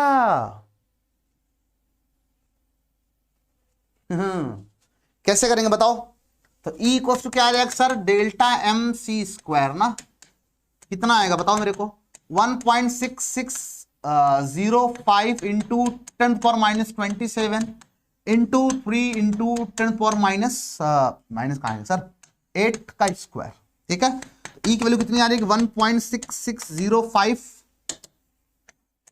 Into 10⁻27 into 9 into 10⁻16। ठीक है, तो ई की वैल्यू आ जाएगी आपकी 1.6605 इंटू 9 इंटू 10⁻, -11 आएगा क्या, -11 इतने जूल। लेकिन देखो ये जूल में आया है, अपने से पूछा है मेगा इलेक्ट्रॉन वोल्ट में, तो पहले हम इलेक्ट्रॉन वोल्ट में कन्वर्ट करेंगे। तो E इक्वल टू आपको यहां पे मिल जाएगा, E इक्वल टू आपको मिल जाएगा 1.6605 इंटू 9 इंटू 10⁻11 और डिवाइडेड बाई हो जाएगा यहां पे, डिवाइडेड बाई हो जाएगा यहां पे 1.6 इंटू 10⁻19 है ना। कहो सर आपको कैसे पता, अरे एक इलेक्ट्रॉन, एक जूल को इलेक्ट्रॉन बदलने के लिए इससे भाग देते हैं। ठीक है, बस ऐसे पता हो कैसे पता, डिवाइड कर दोगे, इसको काट दोगे तुम लोग, उसके गुणा भाग कर दोगे, आएगा 931.5 गुणे 10 घात ऊपर 19 में 11 गए 6 बचेगा, तो इतने इलेक्ट्रॉन वोल्ट, और 10 की घात 6 होता है मेगा, तो ई की वैल्यू कितनी आ जाएगी 931.5 मेगा इलेक्ट्रॉन वोल्ट,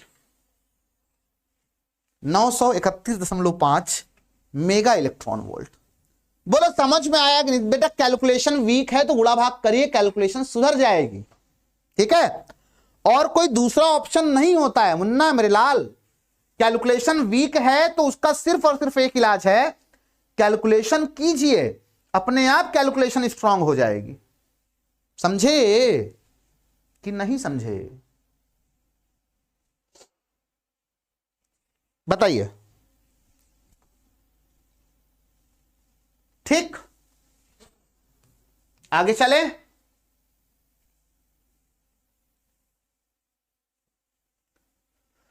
नौ सौ 931.5 गुणे 10 की घात 6 आएगा ना, अच्छा हाँ दशमलव नहीं खिसकाया तुमने, ठीक है गुड। ठीक है, आगे चलें। ये याद रखिएगा, क्वेश्चन लगाने में डायरेक्ट काम आएगा। हमको एक एएमयू में, एक एएमयू में हमें पता है कि इतनी ऊर्जा निकलेगी, तो और कोई 10 एएमयू में पूछे तो हम 10 से गुणा कर देंगे, डायरेक्टली आंसर आ जाएगा। कॉमन सेंस यूज करिए, अगर एक एएमयू में इतनी ऊर्जा निकल रही है ना, तो 10 एएमयू में अगर आपसे कोई पूछे तो आप डायरेक्टली बता सकते हो ना। तो हम कह सकते हैं सर कि यहां से हम ये कह सकते हैं, यहां से कह सकते हैं कि एक एएमयू जो द्रव्यमान होता है उसमें 931.5 mega electron volt per C square है ना। कुछ लोग यहां देखो सी स्क्वायर बटे में लिखना भूल जाते हैं, जब इसको यहां गुणा करोगे तभी तो ये एमसी स्क्वायर बनेगा ऊर्जा के बराबर, तो इसका मात्रक होगा इतने mega electron volt per C square बटे सी स्क्वायर, है ना। कुछ लोग डायरेक्टली लिख देते हैं एक एमयू बराबर इतने मेगा इलेक्ट्रॉन वोल्ट, सरासर गलत, एग्जाम में लिखो, एग्जाम में ढंग का मिल गया ना तो काट देगा नंबर, समझ लेना। मैं बहुत लोग टीचर को यूट्यूब मैक्सिमम देखा है मैंने, वो लिखते हैं एक एमयू बराबर 9.5 मेगा इलेक्ट्रॉन वोल्ट, सी स्क्वायर खा जाते हैं बटे में। कभी भावनाओं में बह के हम लोग से भी गलतियां हो जाती हैं, ऐसा नहीं मैं सबको कह रहा हूं, मैं भी कभी हो सकता कहीं लिख दिया हूं, क्वेश्चन लगाते समय अक्सर लिख देता हूं ठीक है, लेकिन बताते समय होश रहता है मुझे क्या बताना है। ठीक, नेक्स्ट है बंधन ऊर्जा प्रति न्यूक्लियॉन। प्रति न्यूक्लियॉन मतलब, अरे यार प्रति मतलब न्यूक्लियॉन की संख्या से भाग दे दो, है ना। तो अगर पूरे नाभिक मान लेते हैं कि हम बात कर रहे हैं चलो कार्बन की 6C12 की बात कर रहे हैं, तो इसमें न्यूक्लियॉन कितने हैं 12। तो अगर मान लो इसकी बंधन ऊर्जा x आई है, तो कोई प्रति न्यूक्लियॉन कहे तो उसमें क्या है सर, x से भाग दे देंगे, सॉरी a से भाग दे देंगे। ठीक है, हम कहेंगे एक परिवार में 5 व्यक्ति हैं और परिवार की आय 20 लाख रुपए है, बताओ प्रति व्यक्ति आय कितनी हुई, बोलो। एक परिवार में टोटल 5 व्यक्ति हैं, ठीक है, और पूरा परिवार मिलकर साल में 20 लाख कमाता है, तो बताओ प्रति व्यक्ति आय कितनी हुई, कैलकुलेट कर लोगे, बोलो बोलो।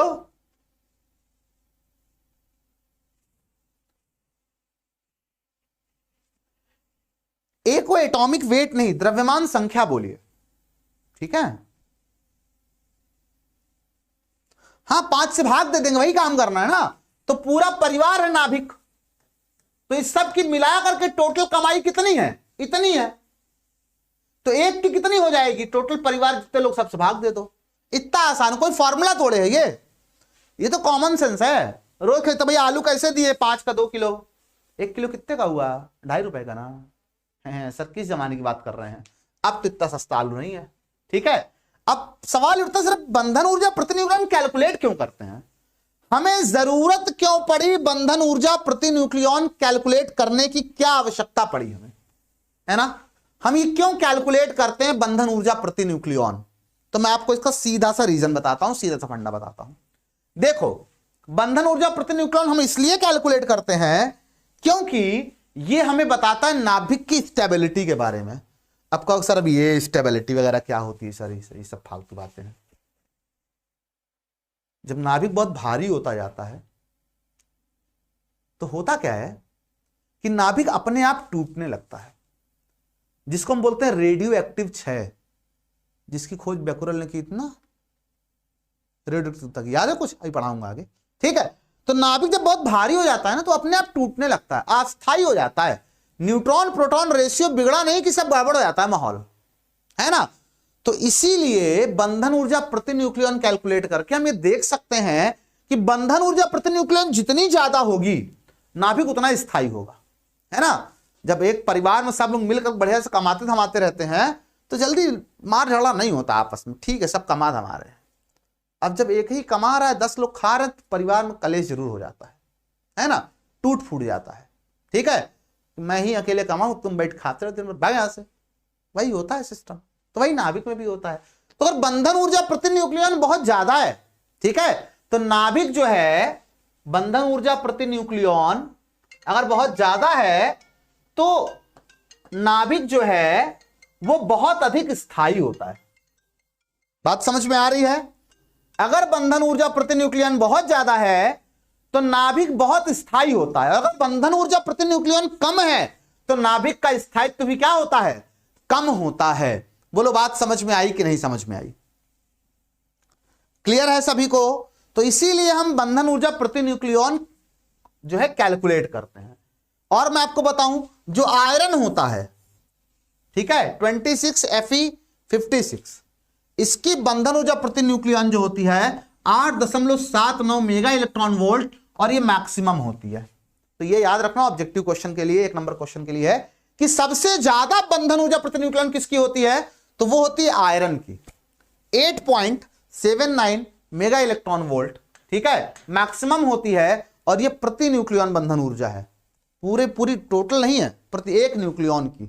एक अगर तुम्हें न्यूक्लियन को बाहर निकालना है तो इतनी ऊर्जा खर्च करनी पड़ेगी, ऐसे भी समझ सकते हो कि नाभिक के अंदर तुम एक न्यूक्लियन मतलब न्यूट्रॉन प्रोटॉन कोई भी हो सकता है, तुम बाहर निकालना चाहो तुम्हें इतनी ऊर्जा खर्च करनी पड़ेगी। ये होता है बंधन ऊर्जा प्रति न्यूक्लियन का मतलब। क्लियर है, बोलिए भाई। क्या इतनी बातें सबको समझ में आ रही हैं, जल्दी बताओ।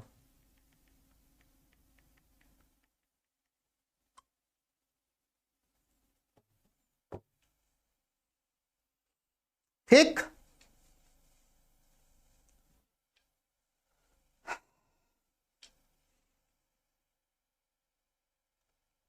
आगे चलें। ओके, नेक्स्ट टॉपिक, नेक्स्ट है अलग अलग नाभिकों के लिए हमने बंधन ऊर्जा प्रति न्यूक्लियन का एक ग्राफ बना के रखा हुआ है। कभी कभी नालायक लोग ये ग्राफ एग्जाम में पूछ लेते हैं, है ना। तो आप कहो क्या सर आपको सभी याद रखना है, नहीं बिल्कुल नहीं याद रखना है। ये कहां पर बंधन ऊर्जा प्रति न्यूक्लियन चेंज हो रही है वो इंपॉर्टेंट है। जैसे लिथियम, हीलियम, ठीक है, कार्बन, फिर नाइट्रोजन घट जाती, फिर बढ़ जाती ऑक्सीजन की, और ऑक्सीजन 18 की फिर घट जाती, फिर सल्फर बढ़ जाती है, उसके बाद ग्राफ लगभग कांस्टेंट हो जाता है ना। तो ये ग्राफ में कितने हैं, 1 2 3 4 5 6 7 8 9 10 11 12 13 14 15 पोजीशंस आपको मोटी मोटा याद रखनी पड़ेंगी, ठीक है। और इसमें मैं आपके लिए कुछ नहीं कर सकता हूं। एग्जाम में वैसे पूछना नहीं चाहिए मुझे लगता है, बट एग्जाम में मैंने देखा है पूछा हुआ है ग्राफ, ठीक है। क्योंकि मतलब मेरे लिए रटने वाली चीजें हो जाती हैं, इसलिए थोड़ा सा मेरे को अजीब लगता है, क्योंकि मैं रटने से दूर भागता हूं, आपको पता है, ठीक है। बट आपको थोड़ा सा ये इतना इस चैप्टर देखो अभी तक सब आसान था ना, मैं थोड़ा सा आपको दे रहा हूं, मेमोराइज कर लीजिएगा इसको, ठीक है। ये ग्राफ एनसीईआरटी का ही है, वहीं से निकाला है मैंने, ठीक। कहीं भी आप किसी बुक देखो यही ग्राफ बना मिलेगा आपको, कोई अलग ग्राफ नहीं मिल जाएगा। बोलिए याद कर लेंगे, क्यों भाई? एग्जाम में ये आया है, ज्यादा नहीं आया बट आया है, तब आया है तो फिर पढ़ना पड़ेगा, ठीक, याद हो जाएगा। चलिए मैं आगे चलता हूं एक क्वेश्चन के ऊपर। अब देखो इस क्वेश्चन में कैलकुलेशन बहुत है, तो कैलकुलेटर का यूज अभी मैं यहां पे, क्योंकि क्लास का टाइम नहीं बर्बाद करना चाहता, इसलिए हम करेंगे। लेकिन आप इस तरह के 5 सवालों की प्रैक्टिस करोगे बिना कैलकुलेटर के, है ना। कितने सवालों की? अगर भला चाहते हो एग्जाम में, क्योंकि मैं इसकी गारंटी लेता हूं। क्या लेता हूं? गारंटी। इसकी गारंटी है ये क्वेश्चन आपके एग्जाम में आना ही आना है, चाहे जो सेट हो तुम्हारा, ठीक है। ये क्वेश्चन पक्का आएगा, 110% ये सवाल आपके एग्जाम में आने वाला है, ठीक है। गारंटी मतलब गारंटी, सही बोल रहा हूं मैं। हेलो,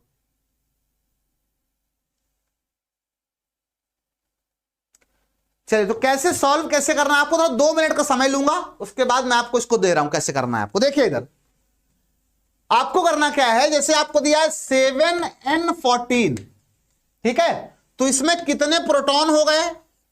7। कितने न्यूट्रॉन हो गए? तो आपको 14 में से 7 गए, 7 न्यूट्रॉन हो गए, ठीक है। फिर आपसे बोल रहा है कि आपको पूरे न्यूट्रॉन का मास दिया हुआ है, तो इसमें इलेक्ट्रॉन कितने हो गए? सर वो भी 7 ही होंगे सर। इलेक्ट्रॉन भी कितने होंगे? इलेक्ट्रॉन भी 7 होंगे सर। न्यूट्रॉन भी 7, प्रोटॉन भी 7, इलेक्ट्रॉन भी 7, ठीक है। मुझे बताओ कि द्रव्यमान क्षति के लिए मेरे को कैलकुलेट करना पड़ेगा कि कितना द्रव्यमान क्षति हुई, तो मेरे को क्या करना पड़ेगा? 7 गुणे मास ऑफ प्रोटॉन प्लस 7 गुणे मास ऑफ क्या?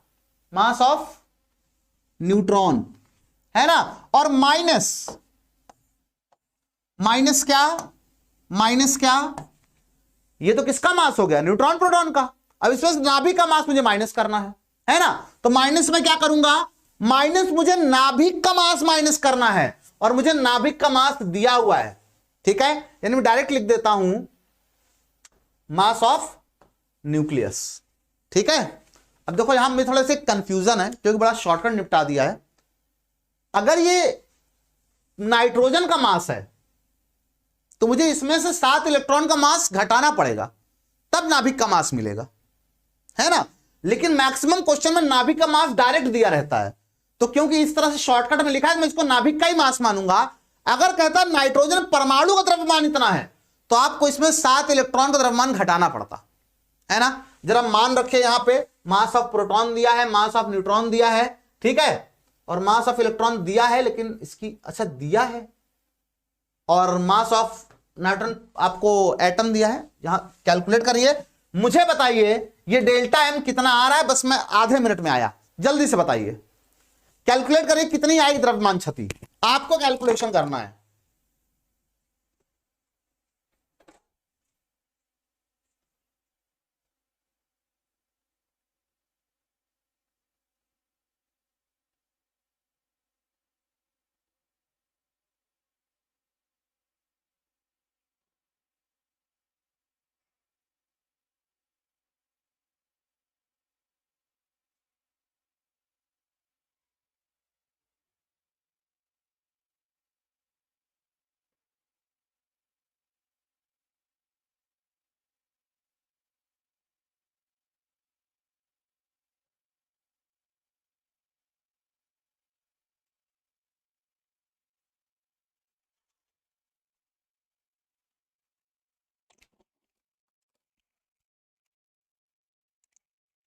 हाँ भाई बताओ, कैलकुलेशन हुआ?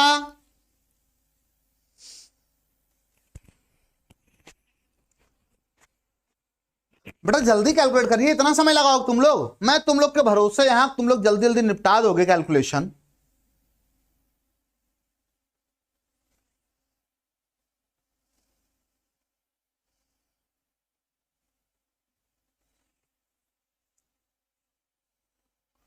हाँ भैया लेट लपेट हो गए तो कोई बात नहीं है, अभी पढ़ लीजिए क्योंकि बहुत इंपॉर्टेंट सवाल है।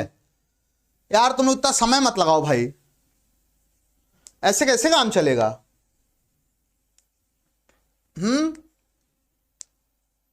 ऐसे कैसे काम चलेगा बताओ। और मैं देखो तुम लोगों पर इंतजार कर रहा हूं, तुम लोग जब बताओगे तभी मैं आगे लिखूंगा, और गारंटी मैं पहले ही ले चुका हूं, एग्जाम में आने वाला है ये। 7.4 मुझे सही लग नहीं रहा है, कैलकुलेशन चेक करो जरा। 7.4 मतलब कहीं से नहीं लग रहा है, दशमलव में कई अंक तक आएगा आंसर।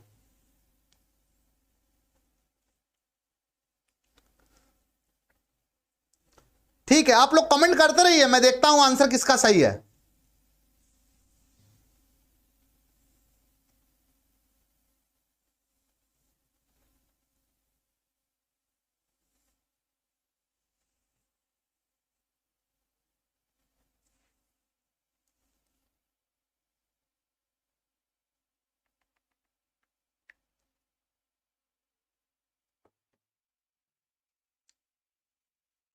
अब देखो कई आंसर आ रहे हैं ना, 0.52844, 0.10844, 0.11121,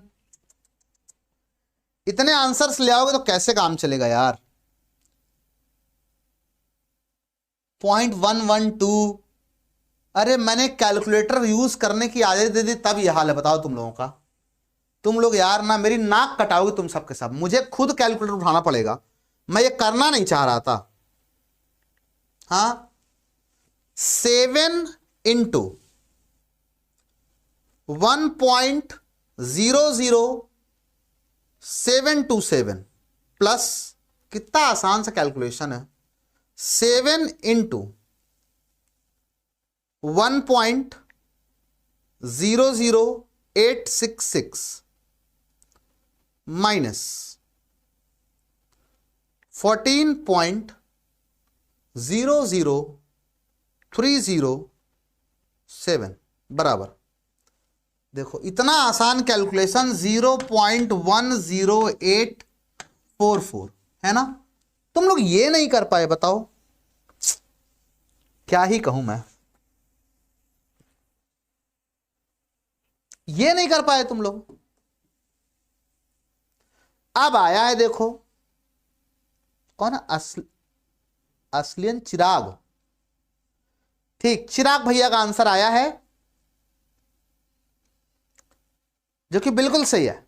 इसके पहले सत्यम का भी आया था, ओह मैं ध्यान नहीं दिया, आई एम सॉरी। ठीक है क्या बात है, बहुत बढ़िया। ठीक है तो डेल्टा एम आ गया, और मैंने अभी आपको बताया, अभी बताया कि एनर्जी क्या होती है, डेल्टा एम सी स्क्वायर कह लो, या delta M into 931.5 mega electron volt per C square, याद आ रहा है ना।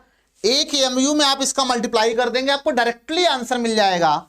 ठीक है तो यहां पे एनर्जी का है तो एमयू का मान नहीं लिखा मैंने, डायरेक्ट मेगा इलेक्ट्रॉन पे आंसर आएगा। कितना आएगा बताइए डेल्टा एम की वैल्यू, तो 0.10844 इंटू 931.5 है ना, कितना आएगा बताओ मेरे को। बाइंडिंग एनर्जी हम कैलकुलेट कर रहे हैं, बाइंडिंग एनर्जी ईबी लिख दीजिए यहां पे, कितना आएगा इसको जरा कैलकुलेट करिए। ये किया ये भी नहीं करोगे अब तुम लोग, बताइए।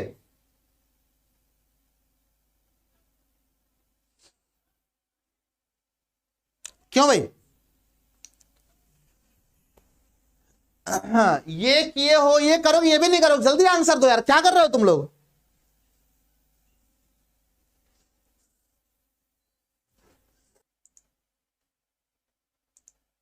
हाँ तुम लोग आंसर मैच क्यों नहीं कराते हो। अच्छा आप दो लोगों का आंसर मैच कर रहा है, 101.01186 101.01186 मेगा इलेक्ट्रॉन वोल्ट। क्या बात है, अगर ये सही है तो बहुत अच्छी बात है, लेकिन मेरे को एक बात नहीं समझ में आ रही है, ये सही कैसे हो सकता है? क्योंकि 0.1 से गुणा करें, दशमलव यहां चला आएगा ना, 93। हाँ हो सकता है सही, क्यों नहीं हो सकता है? ठीक है, सही हो सकता है, दिख रहा है। ठीक, चलिए सही हो सकता है, सही बिल्कुल सही हो सकता है। ठीक है, अच्छा अपने से प्रति न्यूक्लियन तो नहीं पूछा, अच्छा बंधन ऊर्जा भी पूछा है और प्रति न्यूक्लियन बंधन ऊर्जा भी पूछा है ना? तो बाइंडिंग एनर्जी पर न्यूक्लियन भी निकालना भैया आपको, तो बाइंडिंग एनर्जी पर न्यूक्लियन, ठीक है, कैसे आएगी बताओ? आप कहोगे सर ये हो जाएगी 101.01186 और डिवाइडेड बाय कितने न्यूक्लियन हैं? सर 14, सरकार 14, तो 14 से आप भाग दे दोगे। ठीक है, तो 7 पॉइंट समथिंग आएगा मेगा इलेक्ट्रॉन वोल्ट। एक बच्चा कमेंट शायद यही कर दिया, डायरेक्टली 14 से भाग दे उसने, तो 7 पॉइंट समथिंग आएगा, जो कि बिल्कुल सही जवाब है, मेगा इलेक्ट्रॉन वोल्ट। क्या बात है, बहुत बढ़िया, बहुत बढ़िया, बहुत बढ़िया। क्लियर है सभी को? 7.47 आएगा। हाँ 14 सत्ते 98 मेरे को दिख रहा है। ठीक है, उसके आगे का आप लोग कैलकुलेशन देख लीजिएगा।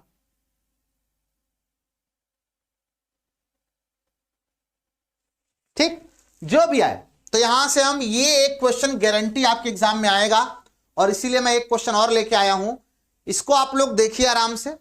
ठीक है, आपको सर इसमें क्या करना है सर, ये थोड़ा अलग लग रहा है देखने में। कह रहा है कि बनाए तो कितने मेगा इलेक्ट्रॉन ऊर्जा मुक्त होगी। ठीक, आपको सबको लिथियम के नाभिक का द्रव्यमान दे दिया सीधे सीधे, आपको प्रोटॉन का द्रव्यमान दे दिया, आपको न्यूट्रॉन द्रव्यमान दे दिया। सेम क्वेश्चन रिपीटेड है, तो मैं इसको आप लोगों के लिए होमवर्क दे रहा हूं।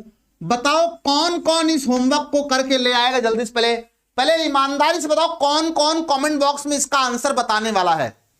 ठीक है, अगर तुम्हारा आंसर आता है पर्सनली कमेंट बॉक्स चेक करूंगा, मेरी तरफ से एक हर्ट तुम्हारे लिए। ठीक है, कौन कौन इसका आंसर देगा?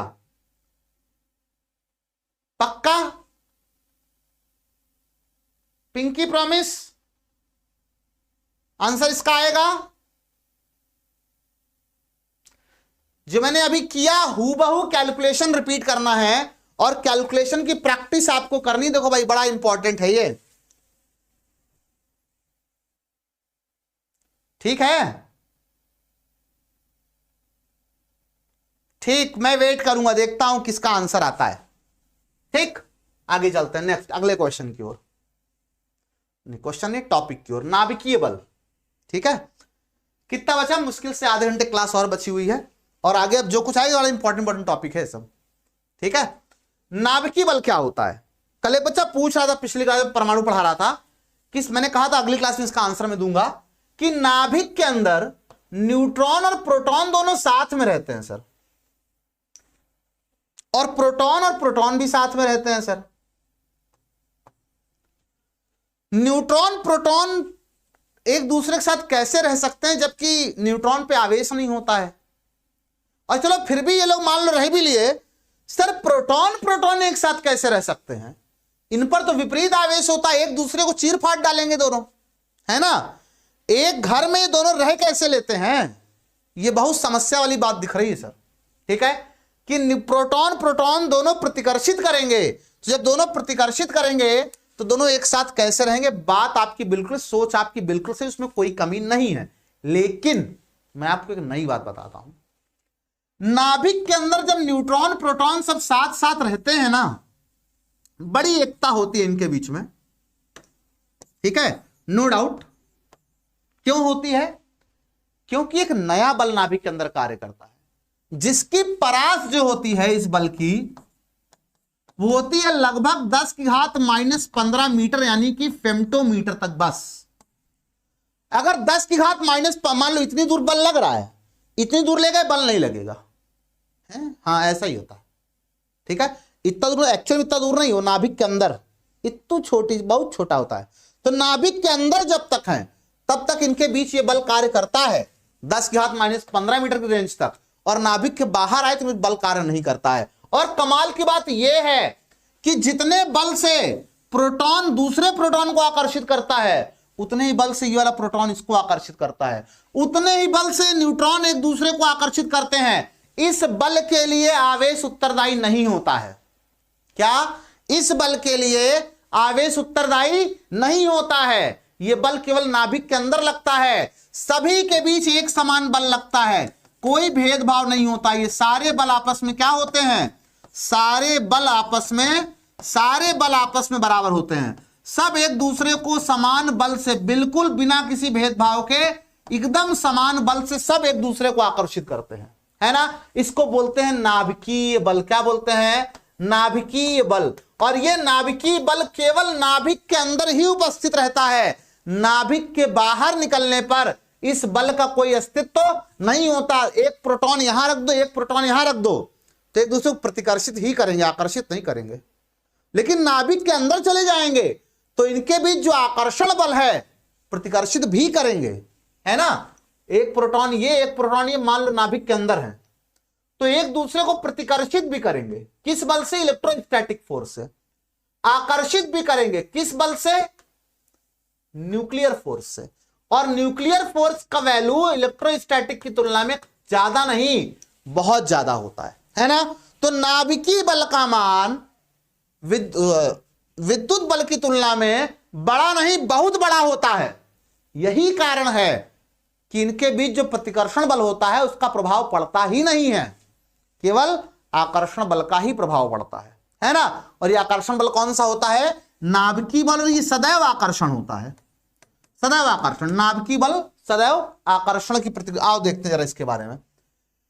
ठीक है, इतनी बात मैंने बता दी आपको। इसके गुण क्या हो गए? नाभिकीय बल की प्रकृति में पाए सबसे प्रबल बल है, सबसे प्रबल है दुनिया में, है ना। और इसकी प्रकृति क्या होती है? सदैव आकर्षण की होती है। ठीक है, नाभिकीय बलों की परास बहुत कम होती है। मैंने भी बताया आपको, लगभग 10⁻⁻15 मीटर, इसीलिए इसको हम बोलते हैं लघु परास बल है। ठीक है, एग्जाम में लिखने को आएगा, बताओ इसके गुण क्या क्या है, लिख देना ये सारी बातें। ठीक है, और ये न्यूक्लियनों के चक्रण पर भी डिपेंड करता है। मतलब न्यूक्लियन जो होते हैं ना, जैसे पृथ्वी और बाकी ग्रह है, वो अपनी धुरी पे घूमते रहते हैं, जिससे दिन रात होता है ना। उसी तरह से न्यूट्रॉन, प्रोटॉन, इलेक्ट्रॉन भी सब स्पिन करते रहते हैं अपनी धुरी पे। इलेक्ट्रॉन पर मैंने पढ़ाया था चुंबकत्व चैप्टर में, वैसे ही न्यूट्रॉन, प्रोटॉन भी स्पिन करते हैं और इनके स्पिन का बहुत महत्व होता है ना। और इसी स्पिन के कारण, ठीक है, नाभिकीय बल भी क्या होता है? प्रभावित होता है। नाभिकीय बल भी इनके स्पिन पे डिपेंड करता है। बोलो मेरी बात समझ में आई कि नहीं समझ में आई? बोलो भाई, क्या मेरी बात सबको समझ में आई कि नहीं समझ में आई? मैथ मैं नहीं पढ़ाता हूं, मैथ दूसरे सर लोग पढ़ाते हैं, लीजेंड टीचर है मैथ में। उतनी मैथ मुझको नहीं आती है जितना वो लोग पढ़ा लेता है। ठीक है,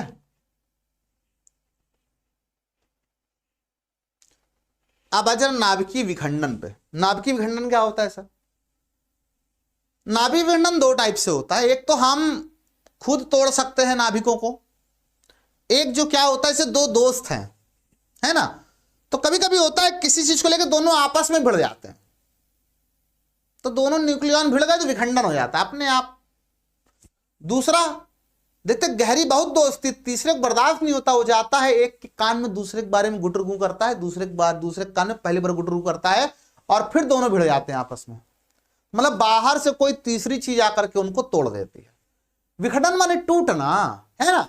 तो जब कोई भारी नाभिक, ठीक है, वो टूटता है, देखो यहां पे ये यूरेनियम 235 है, ये कौन सा? ये कृत्रिम वाला है, ये हम कराते हैं। ये बाहर से जाके एक मंथरा ने कान में फूंक दिया, ठीक है, शकुनी ने कान में फूंक दिया, ऐसा ऐसा ऐसा ऐसा ऐसा ऐसा है, ठीक है। तो जब इसमें एक न्यूट्रॉन ऐड हो जाता है तो न्यूट्रॉन से परमाणु क्रमांक पे कोई फर्क नहीं पड़ेगा, लेकिन परमाणु भार बढ़ जाएगा। तो जब 92 यूरेनियम 235 में एक न्यूट्रॉन ऐड किया जाता है तो यह अस्थायी हो जाता है। अस्थायी होता है, टूट जाता है। बेरियम और क्रिप्टन में, यहां केआर होगा, ठीक है, बेरियम और क्रिप्टन में टूट जाता है और साथ में 3 न्यूट्रॉन और निकलते हैं, ठीक है। ये बाहर वाला है, मंथरा वाला काम ये कर रहा है, बाहर से फूट डाल देता है। ठीक है, तो जब एक भारी नाभिक पे हम खींच करके एक न्यूट्रॉन मारते हैं तो भारी नाभिक टूट जाता है। टूटता किसमें है? बेरियम में और क्रिप्टन में, और साथ में 3 न्यूट्रॉन और निकलते हैं। ठीक है, ये यूरेनियम था 235, इस पे हमने खींच करके एक न्यूट्रॉन मार दिया 0n1, खींच के मारा इसके ऊपर, तो ये टूट गया, है ना। ये दोनों बने और साथ में 3 न्यूट्रॉन बने। अब अगर मान लो आगे और यूरेनियम रखे हुए हैं तो ये जाके इसको हिट करेगा, ये जाके इसको हिट करेगा, ये जाके इसको हिट करेगा, फिर ये टूटेगा इन दोनों में और 3 न्यूट्रॉन और निकलेगा। इसको बोलते हैं श्रृंखला अभिक्रिया। क्या बोलते हैं इसको? इसको बोलते हैं श्रृंखला अभिक्रिया। परमाणु बम और नाभिकीय रिएक्टर वगैरह में यही अभिक्रिया यूज की जाती है। तुम्हारे सिलेबस से हट गया वरना पढ़ाता मैं सारी चीजें। ठीक है, तो ये श्रृंखला अभिक्रिया होती है। और नाभिक का जो टूटना है इसको बोलते हैं नाभिकीय विखंडन। तो जब एक नाभिक, बड़ा नाभिक छोटे छोटे नाभिकों में टूटता है तो इस प्रक्रिया में मुक्त होती है ऊर्जा, और ये ऊर्जा हम कैलकुलेट कर सकते हैं E बराबर डेल्टा MC स्क्वायर लगा करके। कैसे? इसका टोटल द्रव्यमान ले लेंगे, इसका टोटल द्रव्यमान ले लेंगे मास ऑफ बेरियम, इसका टोटल द्रव्यमान ले लेंगे मास ऑफ क्रिप्टन, ठीक है, और इसका द्रव्यमान ले लेंगे टोटल मास ऑफ न्यूट्रॉन। इन सबको जोड़ेंगे, कहां से कहां तक?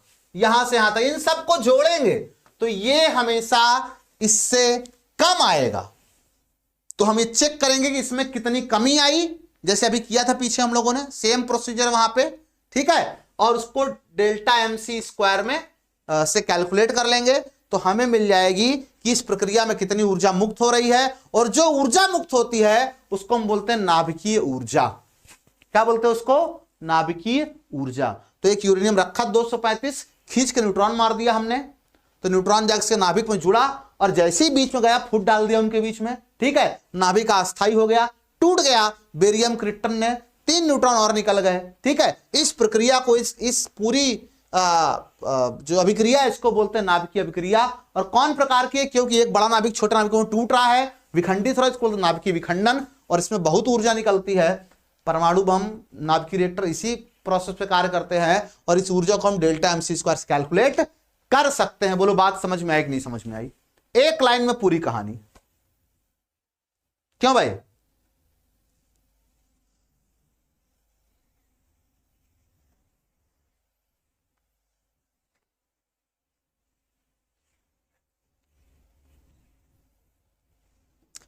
बोलिए, किसी को कोई डाउट तो नहीं है किसी प्रकार का?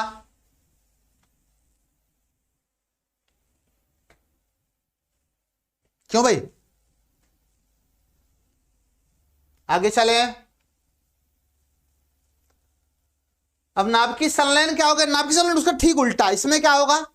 इसमें छोटे छोटे नाभिक मिलेंगे और एक बड़ा नाभिक बना लेंगे। जैसे यहां पे 1H1 2 प्रोटियम मिल रहे हैं और एक ड्यूटेरियम का निर्माण कर रहे हैं। ठीक है, 1H2 बना रहे हैं और साथ में निकल रहा है एक पॉजिट्रॉन और साथ में निकल रहा है एक न्यूट्रिनो। अब कहो सर ये पॉजिट्रॉन न्यूट्रिनो कोई नई कहानी आ गई क्या? ये देखिए, इलेक्ट्रॉन और पॉजिट्रॉन जो होते हैं दोनों होते हैं जुड़वा भाई बहन। इनका आवेश समान होता है, इनका द्रव्यमान समान होता है, लेकिन इनका जो स्पिन होता है वो अलग होता है। स्पिन मतलब एंगुलर मोमेंटम के लिए रिस्पॉन्सिबल, याद आया? कोणीय संवेग, वो बोर की परिकल्पना वाला है ना, स्पिन, जो कि एंगुलर मोमेंटम के लिए उत्तरदायी होता है। ठीक है, तो इन दोनों का स्पिन जो है वो अलग अलग होता है। ठीक, तो जो नाभिकीय संलयन अभिक्रिया होती है, 2 हाइड्रोजन जिसमें मिलकर, जरूरी नहीं ये निकले, हमेशा इस अभिक्रिया में निकलता है, मैं आपको समझा रहा हूं आया कहां से। तो 2 हाइड्रोजन आपस में मिलते हैं और इससे एक 1H2 प्राप्त होता है, यानी कि बड़ा सा नाभिक प्राप्त होता है हाइड्रोजन का ही। जरूरी नहीं कि हाइड्रोजन ही मिले आपको, यहां 2 हाइड्रोजन मिलकर के एक हाइड्रोजन बना रहे हैं 1H3 और साथ में एक 1H1 बना रहे हैं। यहां पर 2 हाइड्रोजन मिलकर के एक हीलियम का नाभिक बना रहे हैं और साथ में एक न्यूट्रॉन मुक्त हो रहा है। ठीक है, और साथ में इसमें निकल रही ढेर सारी ऊर्जा। ये ऊर्जा देखिए कितनी ऊर्जा निकल रही है। ठीक है, तो नाभिकीय संलयन नाभिकीय विखंडन की ठीक विपरीत अभिक्रिया है, जिसमें कि 2 नाभिक आपस में मिल करके एक बड़ा नाभिक बनाते हैं और इससे भी बहुत ट्रेमेंडस अमाउंट में ऊर्जा निकलती, वो भी डेल्टा एमसी स्क्वायर, उसको भी कैलकुलेट कर सकते हैं हम लोग, कितनी ऊर्जा निकलेगी यहाँ पे, कितनी द्रव्यमान क्षति हुई है, एलएचएस का टोटल द्रव्यमान, आरएचएस टोटल द्रव्यमान, इसमें से घटा देंगे तो हमें टोटल द्रव्यमान मिल जाएगा कितनी क्षति हुई है, उसको सी स्क्वायर गुणा कर देंगे तो हमें मिल जाएगा कितना टोटल एनर्जी यहां पे निकलने वाली है। ठीक है, तारों में जो ऊर्जा उत्पन्न होती है सूर्य के भीतर, ठीक है, ठीक, वो भी जो है इसी प्रकार से अलग अलग तरह से हाइड्रोजन के कॉम्बिनेशन से जो हीलियम बन रहा है या हाइड्रोजन का बड़ा नाभिक बन रहा है, उसी से तारों में भी ऊर्जा निकलती है, तारों में भी उसी ऊर्जा मुक्त होती है। बोलो मेरी बात समझ में आई कि नहीं समझ में आई? क्यों भाई, क्लियर है?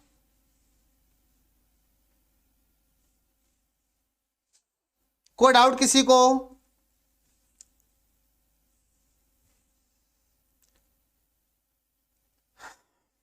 कोई डाउट हो तो जल्दी से, ना हो तो बताओ। समझ में आ रहा सभी को? हाँ भैया आप जा सकते हैं, बढ़िया सो सकते हैं, ठंडी बहुत है वैसे भी, तो सो जाना सबसे बेहतर उपाय है इस समय। ठीक है, तो जिनको नींद आ रही है वो सो सकते हैं आराम से। क्लियर है सभी को इतनी बात मेरी? आगे चलूं मैं। नाभिकीय विखंडन हो गया, नाभिकीय संलयन भी हो गया। ठीक है, अब बारी रेडियो एक्टिविता की। रेडियो एक्टिविता क्या होती है? जैसे मैंने कहा कि वहां पे तो मैंने एक न्यूट्रॉन खींच के मारा, टूटा। कभी कभी क्या होता है, कोई नाभिक बैठा है, बैठे बैठे इसका मन करता है कि खुद ही टूट जाता है ना। टूटता है तो उसमें से कुछ छोटे कण निकलते हैं जिसको हम बोलते हैं अल्फा कण, बीटा कण, गामा, है ना। 3 प्रकार के कण उत्सर्जित होते हैं। गामा एक्चुअली तरंग है, कण भी कह सकते हो, फोटोन मान के उसको। ठीक है, तो 3 प्रकार से ये जो है विकिरण उत्सर्जित करता है। यूरेनियम हो गया, क्रिप्टन हो गया, मतलब भारी भारी नाभिक जो होते हैं, ठीक है, पोलोनियम वगैरह। तो ये टूटते हैं तो इसमें से अल्फा बीटा गामा किरणें निकलती हैं, कण निकलते हैं, तरंगे निकलती हैं। ठीक है, इसी घटना को बोलते हैं रेडियो एक्टिविता, रेडियो एक्टिविटी। इसकी जो खोज की थी वो बैकुरल ने की थी। लोग कहते हैं ऐसा एक्सीडेंटली कर दिया, ऐसा कुछ एक्सीडेंटली थोड़ी हो जाता है। अब बैकुरल सपना आया था, देखो बैकुरल ने क्या किया, बैकुरल ने यूरेनियम पोटेशियम सल्फेट लिया।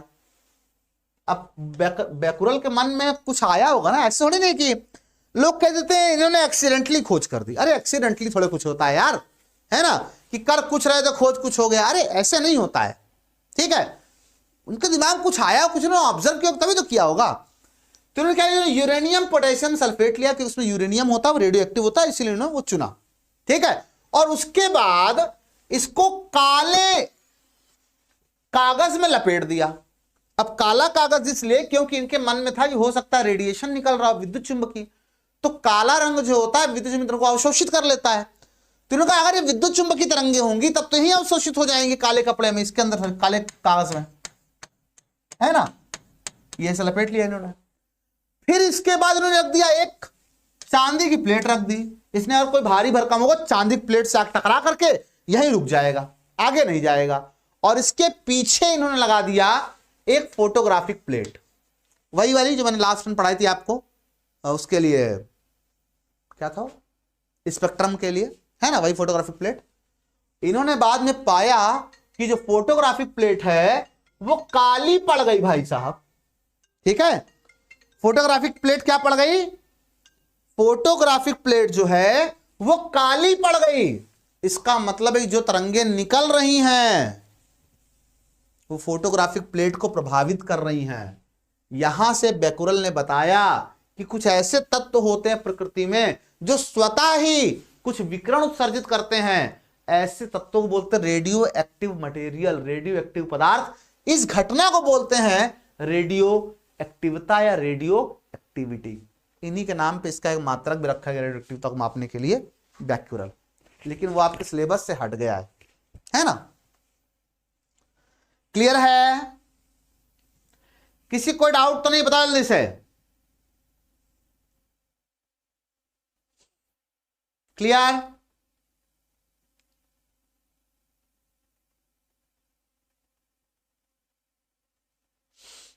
आगे चले, जल्दी से बताओ।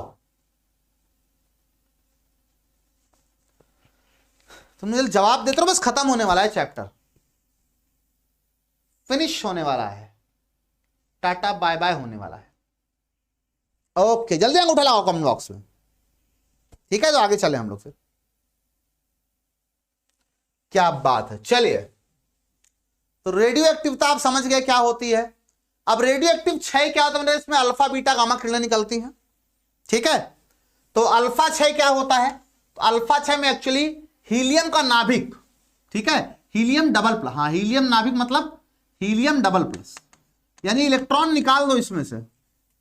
हीलियम में क्या होता है 2He4, 2 न्यूट्रॉन, 2 प्रोटॉन, 2 इलेक्ट्रॉन, है ना? इलेक्ट्रॉन निकाल लो, अब बचा क्या, केवल 2 न्यूट्रॉन और 2 प्रोटॉन बचा, ठीक?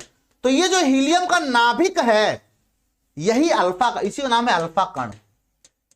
या हम ऐसे कह सकते हैं कि अल्फा कण में क्या होता है, 2 न्यूट्रॉन और 2 प्रोटॉन होते हैं, इलेक्ट्रॉन नहीं होते हैं। ये हीलियम हीलियम करते करते एक बार एक क्वेश्चन बोर्ड एग्जाम पूछा था कि अल्फा कण में कितने इलेक्ट्रॉन होते हैं, बताओ तुम लोग। अच्छा, देखते हैं कौन कौन समझ गया मेरी बात को। अल्फा कण में कितने इलेक्ट्रॉन होते हैं बताओ मुझे, देखते हैं किसको किसको समझ में आया। अल्फा कण में कितने इलेक्ट्रॉन होते हैं? हेलो बेटा, क्लास में अभी अल्फा कण में कितने इलेक्ट्रॉन होते हैं? ये देखो लपर लपर करके 2-2 आंसर देने लगे। अरे नालायकों, अल्फा कण में एक भी इलेक्ट्रॉन नहीं होता है। अल्फा कण हीलियम के नाभिक के समांतर, नाभिक हीलियम नहीं होता है। तब से यही बात चिल्ला रहे हैं, तब भी गलती। हाँ बिल्कुल सही है, चिराग भैया बिल्कुल सही आंसर दे रहे हैं। स्मार्ट वर्क हैं, और कौन है, सुशांत हैं, और कौन है, अच्छा तो स्पैम ना करो यार, एक आने दो आंसर, ठीक है? तो अल्फा कण में कोई इलेक्ट्रॉन नहीं होता है, हीलियम का नाभिक के समान होता है वो, ठीक है? तो जब अल्फा कण निकलता है तो मतलब उसमें से दो न्यूट्रॉन 2 प्रोटॉन निकल गए, ऐसे समझो। अल्फा कण मतलब 2 न्यूट्रॉन 2 प्रोटॉन निकल गए, और 2 न्यूट्रॉन 2 प्रोटॉन निकले, क्या निकले सर? अल्फा, अभी आगे समझाऊंगा घर में, यही डिस्कस करते हैं अभी, ठीक है? बीटा क्षय में क्या होता है, इसमें या तो एक इलेक्ट्रॉन निकलता है और या तो एक पॉजिट्रॉन निकलता है। कुछ लोग पगला गए होंगे, सर नाभिक में जब इलेक्ट्रॉन होता नहीं तो ससुरा निकला कैसे नाभिक से, ये है ना? इंटरेस्टिंग बात है ना।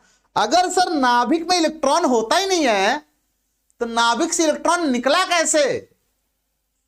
नाभिक के न्यूट्रॉन और प्रोटॉन होते हैं ना, ये रहस्य पर्दा में आगे उठाऊंगा, चिंता ना करो, ठीक है?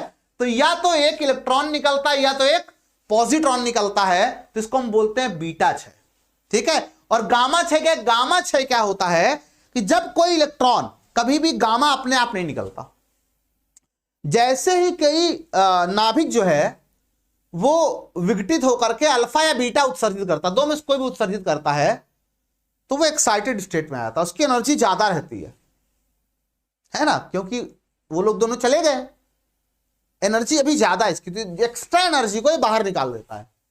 तो जो एनर्जी बाहर निकलती है विद्युत चुंबकीय तरंगों के रूप में, उस एनर्जी को हम कहते हैं गामा क्षय।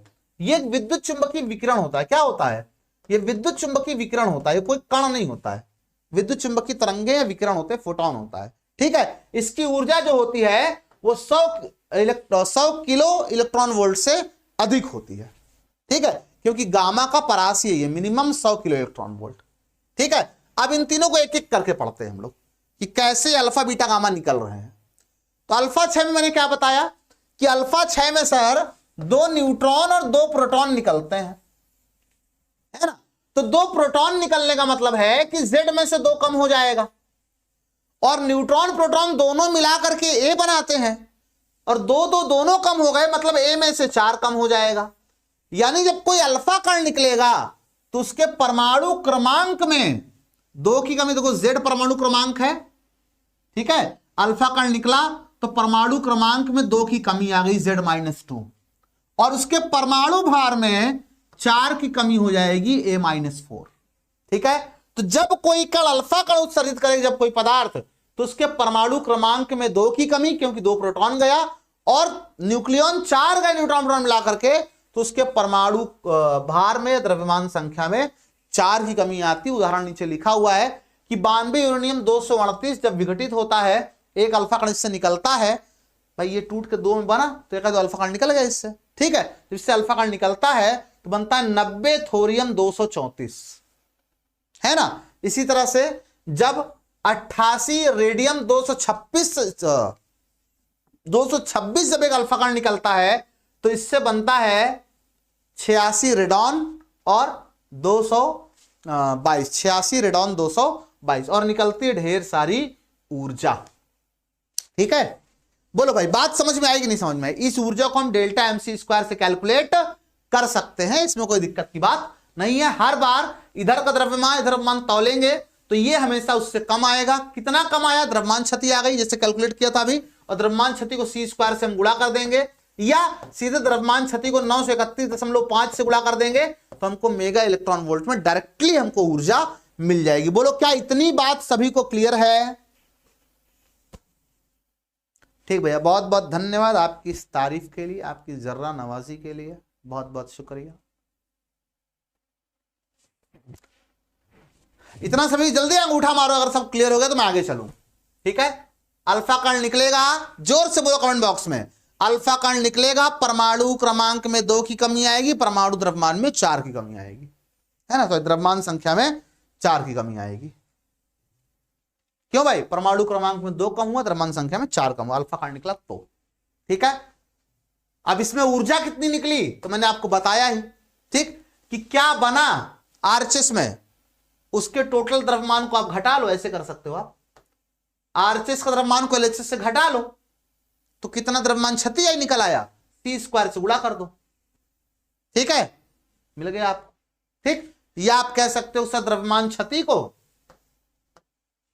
9 से 5 से गुणा कर लो, मैंने पीछे बताया भी आपको, ठीक है। यहां से आपको मिल जाएगा, ठीक। और एक बात, जो ये अभिक्रिया है वो ऊष्मा क्षेपी होगी तो अल्फा कण के लिए क्यू विघटन ऊर्जा ऋणात्मक होती है, ठीक है। यदि अभिक्रिया ऊष्मा शोषी है तो अल्फा कण के लिए क्यू विघटन ऊर्जा धनात्मक होगी। अल्फा क्षय का ऊर्जा स्पेक्ट्रम विविध खंडित होता है, मतलब ये कंटिन्यूअस नहीं होता, हर तरंग दैर्ध्य नहीं निकलती इसमें से, कुछ निश्चित तरंग दैर्ध्य निकलती। खैर इतनी इंपॉर्टेंट पॉइंट है भी नहीं जो आपके एग्जाम में यहां से कभी सवाल नहीं आएगा, बस कुछ महत्वपूर्ण बात थी जो आपको बता दिया इसमें अलग से, इसका कोई क्वेश्चन एग्जाम में आपके नहीं बनेगा, ठीक है। ऊष्मा शोषी ऊष्मा क्षेपी अभिक्रिया है ही नहीं ना सिलेबस में अपने, बस मैं थोड़ा एक्स्ट्रा नॉलेज दे देता हूं। क्वेश्चन आ गया, देखो ये क्वेश्चन भी आपको होमवर्क ही है क्योंकि कैलकुलेशन सब में सेम करना है। एलएचएस का द्रव्यमान है ना, mass of uranium, minus RHS का द्रव्यमान मास ऑफ अल्फा कण plus mass of thorium, calculate कर लेंगे तो हमको मिल जाएगा यहां से डेल्टा एम, ठीक है। आपको यूरेनियम का मास दिया है, आपको थोरियम का मास दिया है, आपको अल्फा कण का मास दिया है, कैलकुलेट हो जाएगा यहां से और ये आ जाएगा तो एनर्जी निकाल लेंगे delta M into 931.5 mega electron volt. मैं क्लास लंबी नहीं करना चाहता इसीलिए मैं होमवर्क दे रहा हूं, किसी कोई समस्या तो नहीं इससे? आंसर इसका कमेंट बॉक्स में आएगा वीडियो खत्म होने के बाद, बताओ जल्दी से, क्या लेक्चर खत्म होने के बाद इसका आंसर कमेंट बॉक्स में आएगा? जल्दी बताओ, कर लोगे अपने से? बोलिए भाई,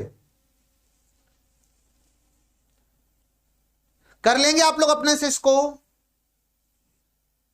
पक्का कमेंट बॉक्स में आंसर आना चाहिए, ठीक है।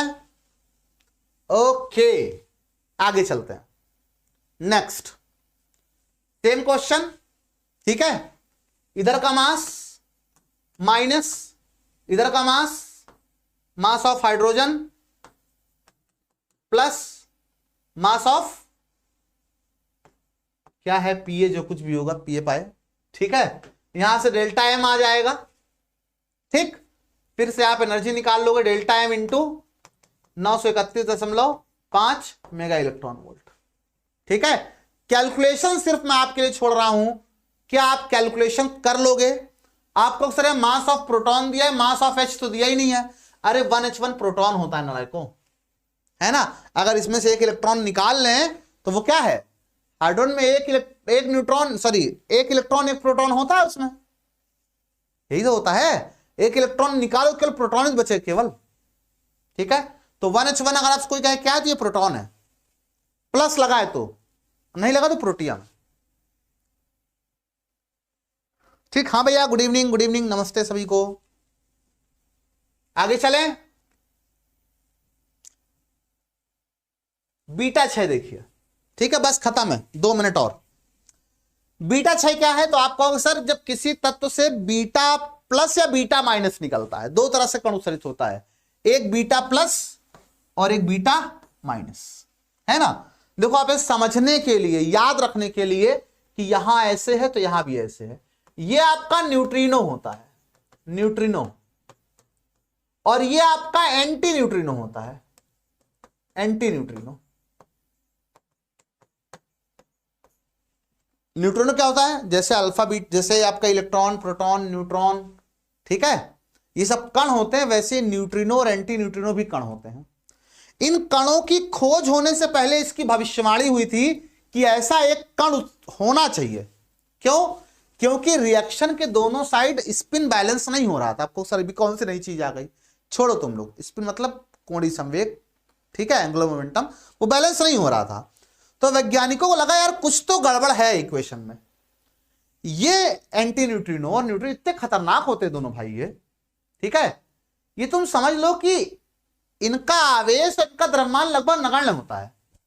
मतलब इनको फिजिकली डिटेक्ट करना, जैसे इलेक्ट्रॉन गुजरा यहां से तो विद्युत क्षेत्र तो लगाओ, समझ में आया, अच्छा आकर्षित हुआ, है ना, आवेश उस पर, इसका सब कुछ इतना कम होता है कि इन दोनों कणों को इनके भविष्यवाणी के कैसा होना चाहिए कह रहे थे साइंटिस्ट, लेकिन कहीं ये डिटेक्ट नहीं हो रहे थे।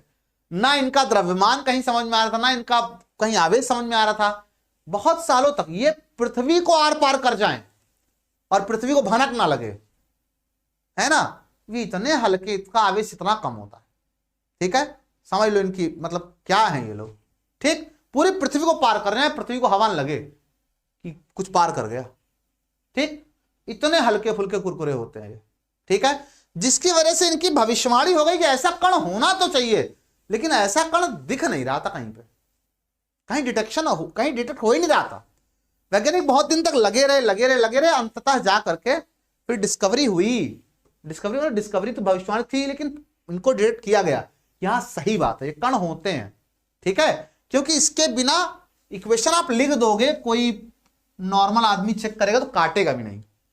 लेकिन जिसको अच्छा नॉलेज है फिजिक्स का, न्यूक्लियर फिजिक्स का, क्योंकि न्यूक्लियर फिजिक्स सारे लोगों को समझ में नहीं आती है, क्योंकि जितना तुमको पढ़ा रहा हूं ये बहुत हल्की वाली है ना, इसमें भी कुछ है ही नहीं एक्चुअल में, ठीक।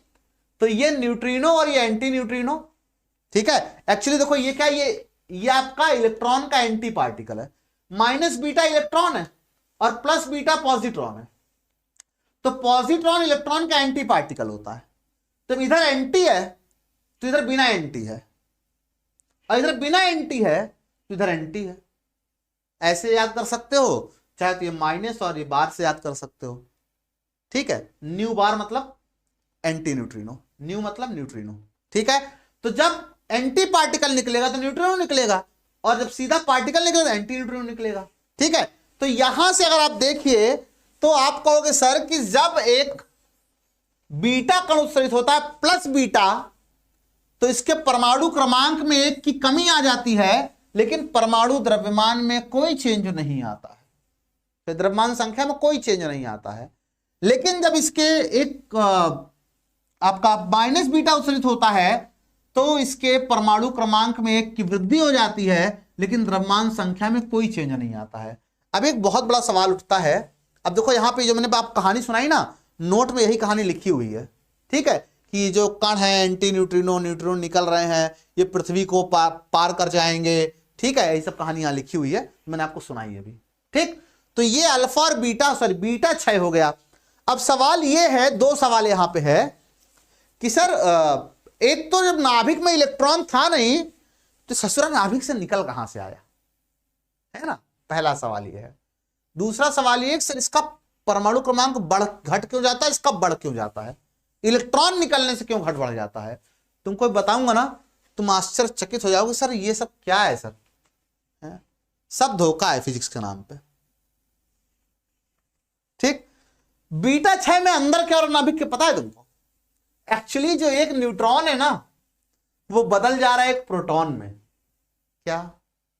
नहीं सर, मजाक कर रहे हो। न्यूट्रॉन बदल जाता है प्रोटॉन में, और आवेश को बैलेंस करना है आपको दोनों साइड। तो इस पे आवेश 0 है, इस पे +1 आ गया, तो यहां से एक इलेक्ट्रॉन भी साथ में ले आ दो, है ना। अब आवेश तो, लेकिन स्पिन को बैलेंस करना है, तो स्पिन बैलेंस से यहां पे एक एंटी न्यूट्रिनो लगा दो। ठीक है, तो जब नाभिक से एक माइनस बीटा उत्सर्जित हो रहा होता है, तो इसका मतलब यह है कि यहां पर एक न्यूट्रॉन एक प्रोटॉन में कन्वर्ट हो जा रहा है, और जब एक न्यूट्रॉन एक प्रोटॉन में कन्वर्ट हो जाएगा, माइनस बीटा जब निकलेगा तो न्यूट्रॉन प्रोटॉन बन जाएगा। अगर प्रोटॉन बढ़ा तो, क्योंकि न्यूट्रॉन ही प्रोटॉन बन गया, तो टोटल तो नहीं बदला, उसी में से एक पाला बदल लिया, नहीं मैं इधर नहीं इधर रहूंगा, है ना। लेकिन कमरे में मान लो दो अंताक्षरी, 2 टीम खेल रही है, टीम है टीम भी। अब कोई बंदा यहां से वहां चला जाए तो टोटल संख्या तो वही है ना। तो एक न्यूट्रॉन एक प्रोटॉन में चला आया तो केवल प्रोटॉन बढ़े, लेकिन दोनों का योगफल अभी भी कांस्टेंट है। इसीलिए द्रव्यमान संख्या तो नियत होती है, लेकिन प्रोटॉन बढ़ने के कारण परमाणु क्रमांक 1 बढ़ जाता है ना। तो अंदर अंदर नाभिक की ये बात चल रही है। ठीक है, तो क्या होता है कि एक न्यूट्रॉन कन्वर्ट हो जाता है एक प्रोटॉन में, और साथ में निकलता है एक माइनस बीटा, इलेक्ट्रॉन मतलब माइनस बीटा, है ना, और निकलता है एक एंटी न्यूट्रिनो। ठीक है, अब इसे ठीक उल्टा है, हाँ समझ लो। इसका मतलब है कि जब प्लस बीटा निकलता होगा, ये प्लस बीटा है, +1 होना चाहिए आगे इसके, जब प्लस बीटा निकलता होगा तो एक प्रोटॉन कन्वर्ट हो जाता है एक न्यूट्रॉन में, और साथ में प्लस बीटा निकल रहा होता है आपका, यानी पॉजिट्रॉन, और पॉजिट्रॉन निकला तो साथ में न्यूट्रिनो निकलेगा। ये दोनों सेम रिएक्शन लिखी हुई है। ठीक है, ये ज्यादा समझ में आती है देखने में कि प्रोटॉन न्यूट्रॉन बदल गया, साथ में एक बीटा पार्टिकल निकला, मतलब पॉजिट्रॉन निकला, और एक एंटी न्यूट्रिनो निकल गया। सॉरी, यहां पे न्यूट्रिनो निकलेगा, एंटी न्यूट्रिनो नहीं निकलेगा। ठीक है, क्योंकि ये एंटी पार्टिकल तो ये पार्टिकल हो जाएगा, ऐसे याद रखने के लिए। ठीक है, बोलो क्या इतनी बात समझ में आई? नहीं समझ में आई? ये न्यूट्रिनो परिकल्पना के बारे में लिखा होगा, न्यूट्रिनो कहां से आया। ठीक है, पाउली ने कहा था कि ऐसा एक पार्टिकल होना चाहिए, ठीक है, जिसका द्रव्यमान और सब कुछ तो नगण्य रहेगा, द्रव्यमान लगभग 0 रहेगा, आवेश लगभग 0 रहेगा, लेकिन इसका कोणीय संवेग जो है वो इसमें होगा, और केवल इस कोणीय संवेग के लिए ही इसको यहां पे लाया गया पिक्चर में। ठीक है, आई होप सबको इतनी बात समझ में आई होगी। क्या मजा आ रही है? कुछ नया जानने को मिला तुम लोगों को? ठीक है, क्यों भाई? कुछ नया सीखा तुम लोगों ने आज? पीडीएफ के लिए टेलीग्राम चैनल दी ऑनलाइन कोचिंग का ज्वाइन कर लीजिए, वहां पे आपको बहुत अच्छी अच्छी चीजें मिलेंगी, केवल पीडीएफ नहीं, 10 साल का प्रीवियस ईयर क्वेश्चन पूरा मिलेगा, चैप्टर वाइज कलेक्शन के साथ, फ्री में है। ठीक है, या हमारा ऐप डाउनलोड कर लीजिए, वहां में आपको मिल जाएगा फ्री में सारी चीजें। ठीक, टीओसी लर्निंग ऐप, दी ऑनलाइन कोचिंग ऐप। ठीक है, मजा आ रही है? किसी ने ये आज तक नहीं सोचा कि न्यूट्रॉन प्रोटॉन बदल जाएगा, प्रोटॉन न्यूट्रॉन बदल जाएगा? ये तो जादू हो गया सर, ये तो नहीं होना चाहिए। तो कम से कम ये धोखा है आंखों का एकदम से, कि न्यूट्रॉन प्रोटॉन बन गया, प्रोटॉन न्यूट्रॉन बन गया है, आपस में नहीं जच रही तुम दोनों की। खैर, गामा क्या होता है? गामा कुछ अलग से नहीं होता। जब कोई अल्फा या बीटा कण उत्सर्जित होता है ना, तो एटम एक्साइटेड स्टेट में चला जाता है, और जो एक्स्ट्रा एनर्जी होती है उसको निकाल देता है बाहर विद्युत तरंगों के रूप में। जैसे इलेक्ट्रॉन नहीं कूद के गया था तो एक्स्ट्रा एनर्जी को आते समय निकाल दिया था, याद है? सेम वही प्रोसेस है। ठीक है, कि जब कोई एक अल्फा बीटा क्षय होता है तो जो नाभिक होता है वो एक्साइटेड स्टेट में चला जाता है, जो एक्स्ट्रा एनर्जी उसकी होती है उसको ये HNU यानी कि गामा किरणों के रूप में उत्सर्जित कर देता है, जिसकी एनर्जी 100 इलेक्ट्रॉन वोल्ट से अधिक होती है, और अपने मूल अवस्था में वापस लौटाता है। यही कहानी यहां पे लिखी हुई है। ठीक है, आई होप समझ गए होंगे आप लोग, इसमें कोई नई बात थी नहीं। और आज का ये लास्ट स्लाइड है, जिसमें हम पढ़ेंगे युग्म उत्पादन और युग्म विनाश। युग्म उत्पादन क्या होता है? एक गामा जो है वो ब्रेक होता है, तो एक यहां पे युग्म उत्पादन है, तो गामा ब्रेक होगा, HNU ब्रेक होगा, तो वहां से बनेगा आपको एक इलेक्ट्रॉन और बनेगा आपको एक पॉजिट्रॉन, एक इलेक्ट्रॉन और एक पॉजिट्रॉन। ठीक है, उत्पादन मतलब दो कणों का उत्पादन हुआ जो एक दूसरे के एंटी है। बात समझ में आई? उसी तरह से युग्म विनाश में क्या होगा कि यही दोनों कण, आप एग्जाम में ये रिएक्शन भी लिख सकते हो इसकी जगह, ज्यादा अच्छी समझ में आ रही है, यही दोनों कण आपस में टकरा करके इनका विनाश हो जाएगा, तो एक बदले में गामा निकल जाएगा, गामा फोटोन निकल जाएगा। ठीक है, गामा किरण निकलेगी वहां से। ठीक है, तो ये आपका है युग्म विनाश और ये क्या, युग्म उत्पादन। बहुत सिंपल रिएक्शन थी। विनाश मतलब विनाश हो गया उनका, उत्पादन मतलब उत्पादन हो गया उनका, सिंपल एकदम। ठीक है, बताइए भाई, क्लियर है इतनी बात सभी को? किसी को कोई डाउट तो नहीं है किसी प्रकार का? जल्दी से बताइए। ठीक है, बढ़िया है, मजा आई पढ़ने में। ये आखिरी स्लाइड थी और आपका चैप्टर यहां पे खत्म हो जाता है। 2 घंटे मोटी मोटा लगे हैं, लेकिन एक भी सिंगल क्वेश्चन आपको अनसॉल्व में नहीं मिलेगा जो कि आज की क्लास में डिस्कस नहीं हुआ होगा, है ना? तुम देख लेना, तुम सारे क्वेश्चन लगा लो अनसॉल्व में, जितने क्वेश्चन है आज की क्लास के बाद। ठीक है, तो कोई डाउट है कहीं पर तो यू कैन आस्क। नहीं है तो गुड नाइट बोलिए, मैं भी चलता हूं, थोड़ा मैं भी रेस्ट कर लूं। चलिए, गुड नाइट सभी बच्चों को, गुड नाइट।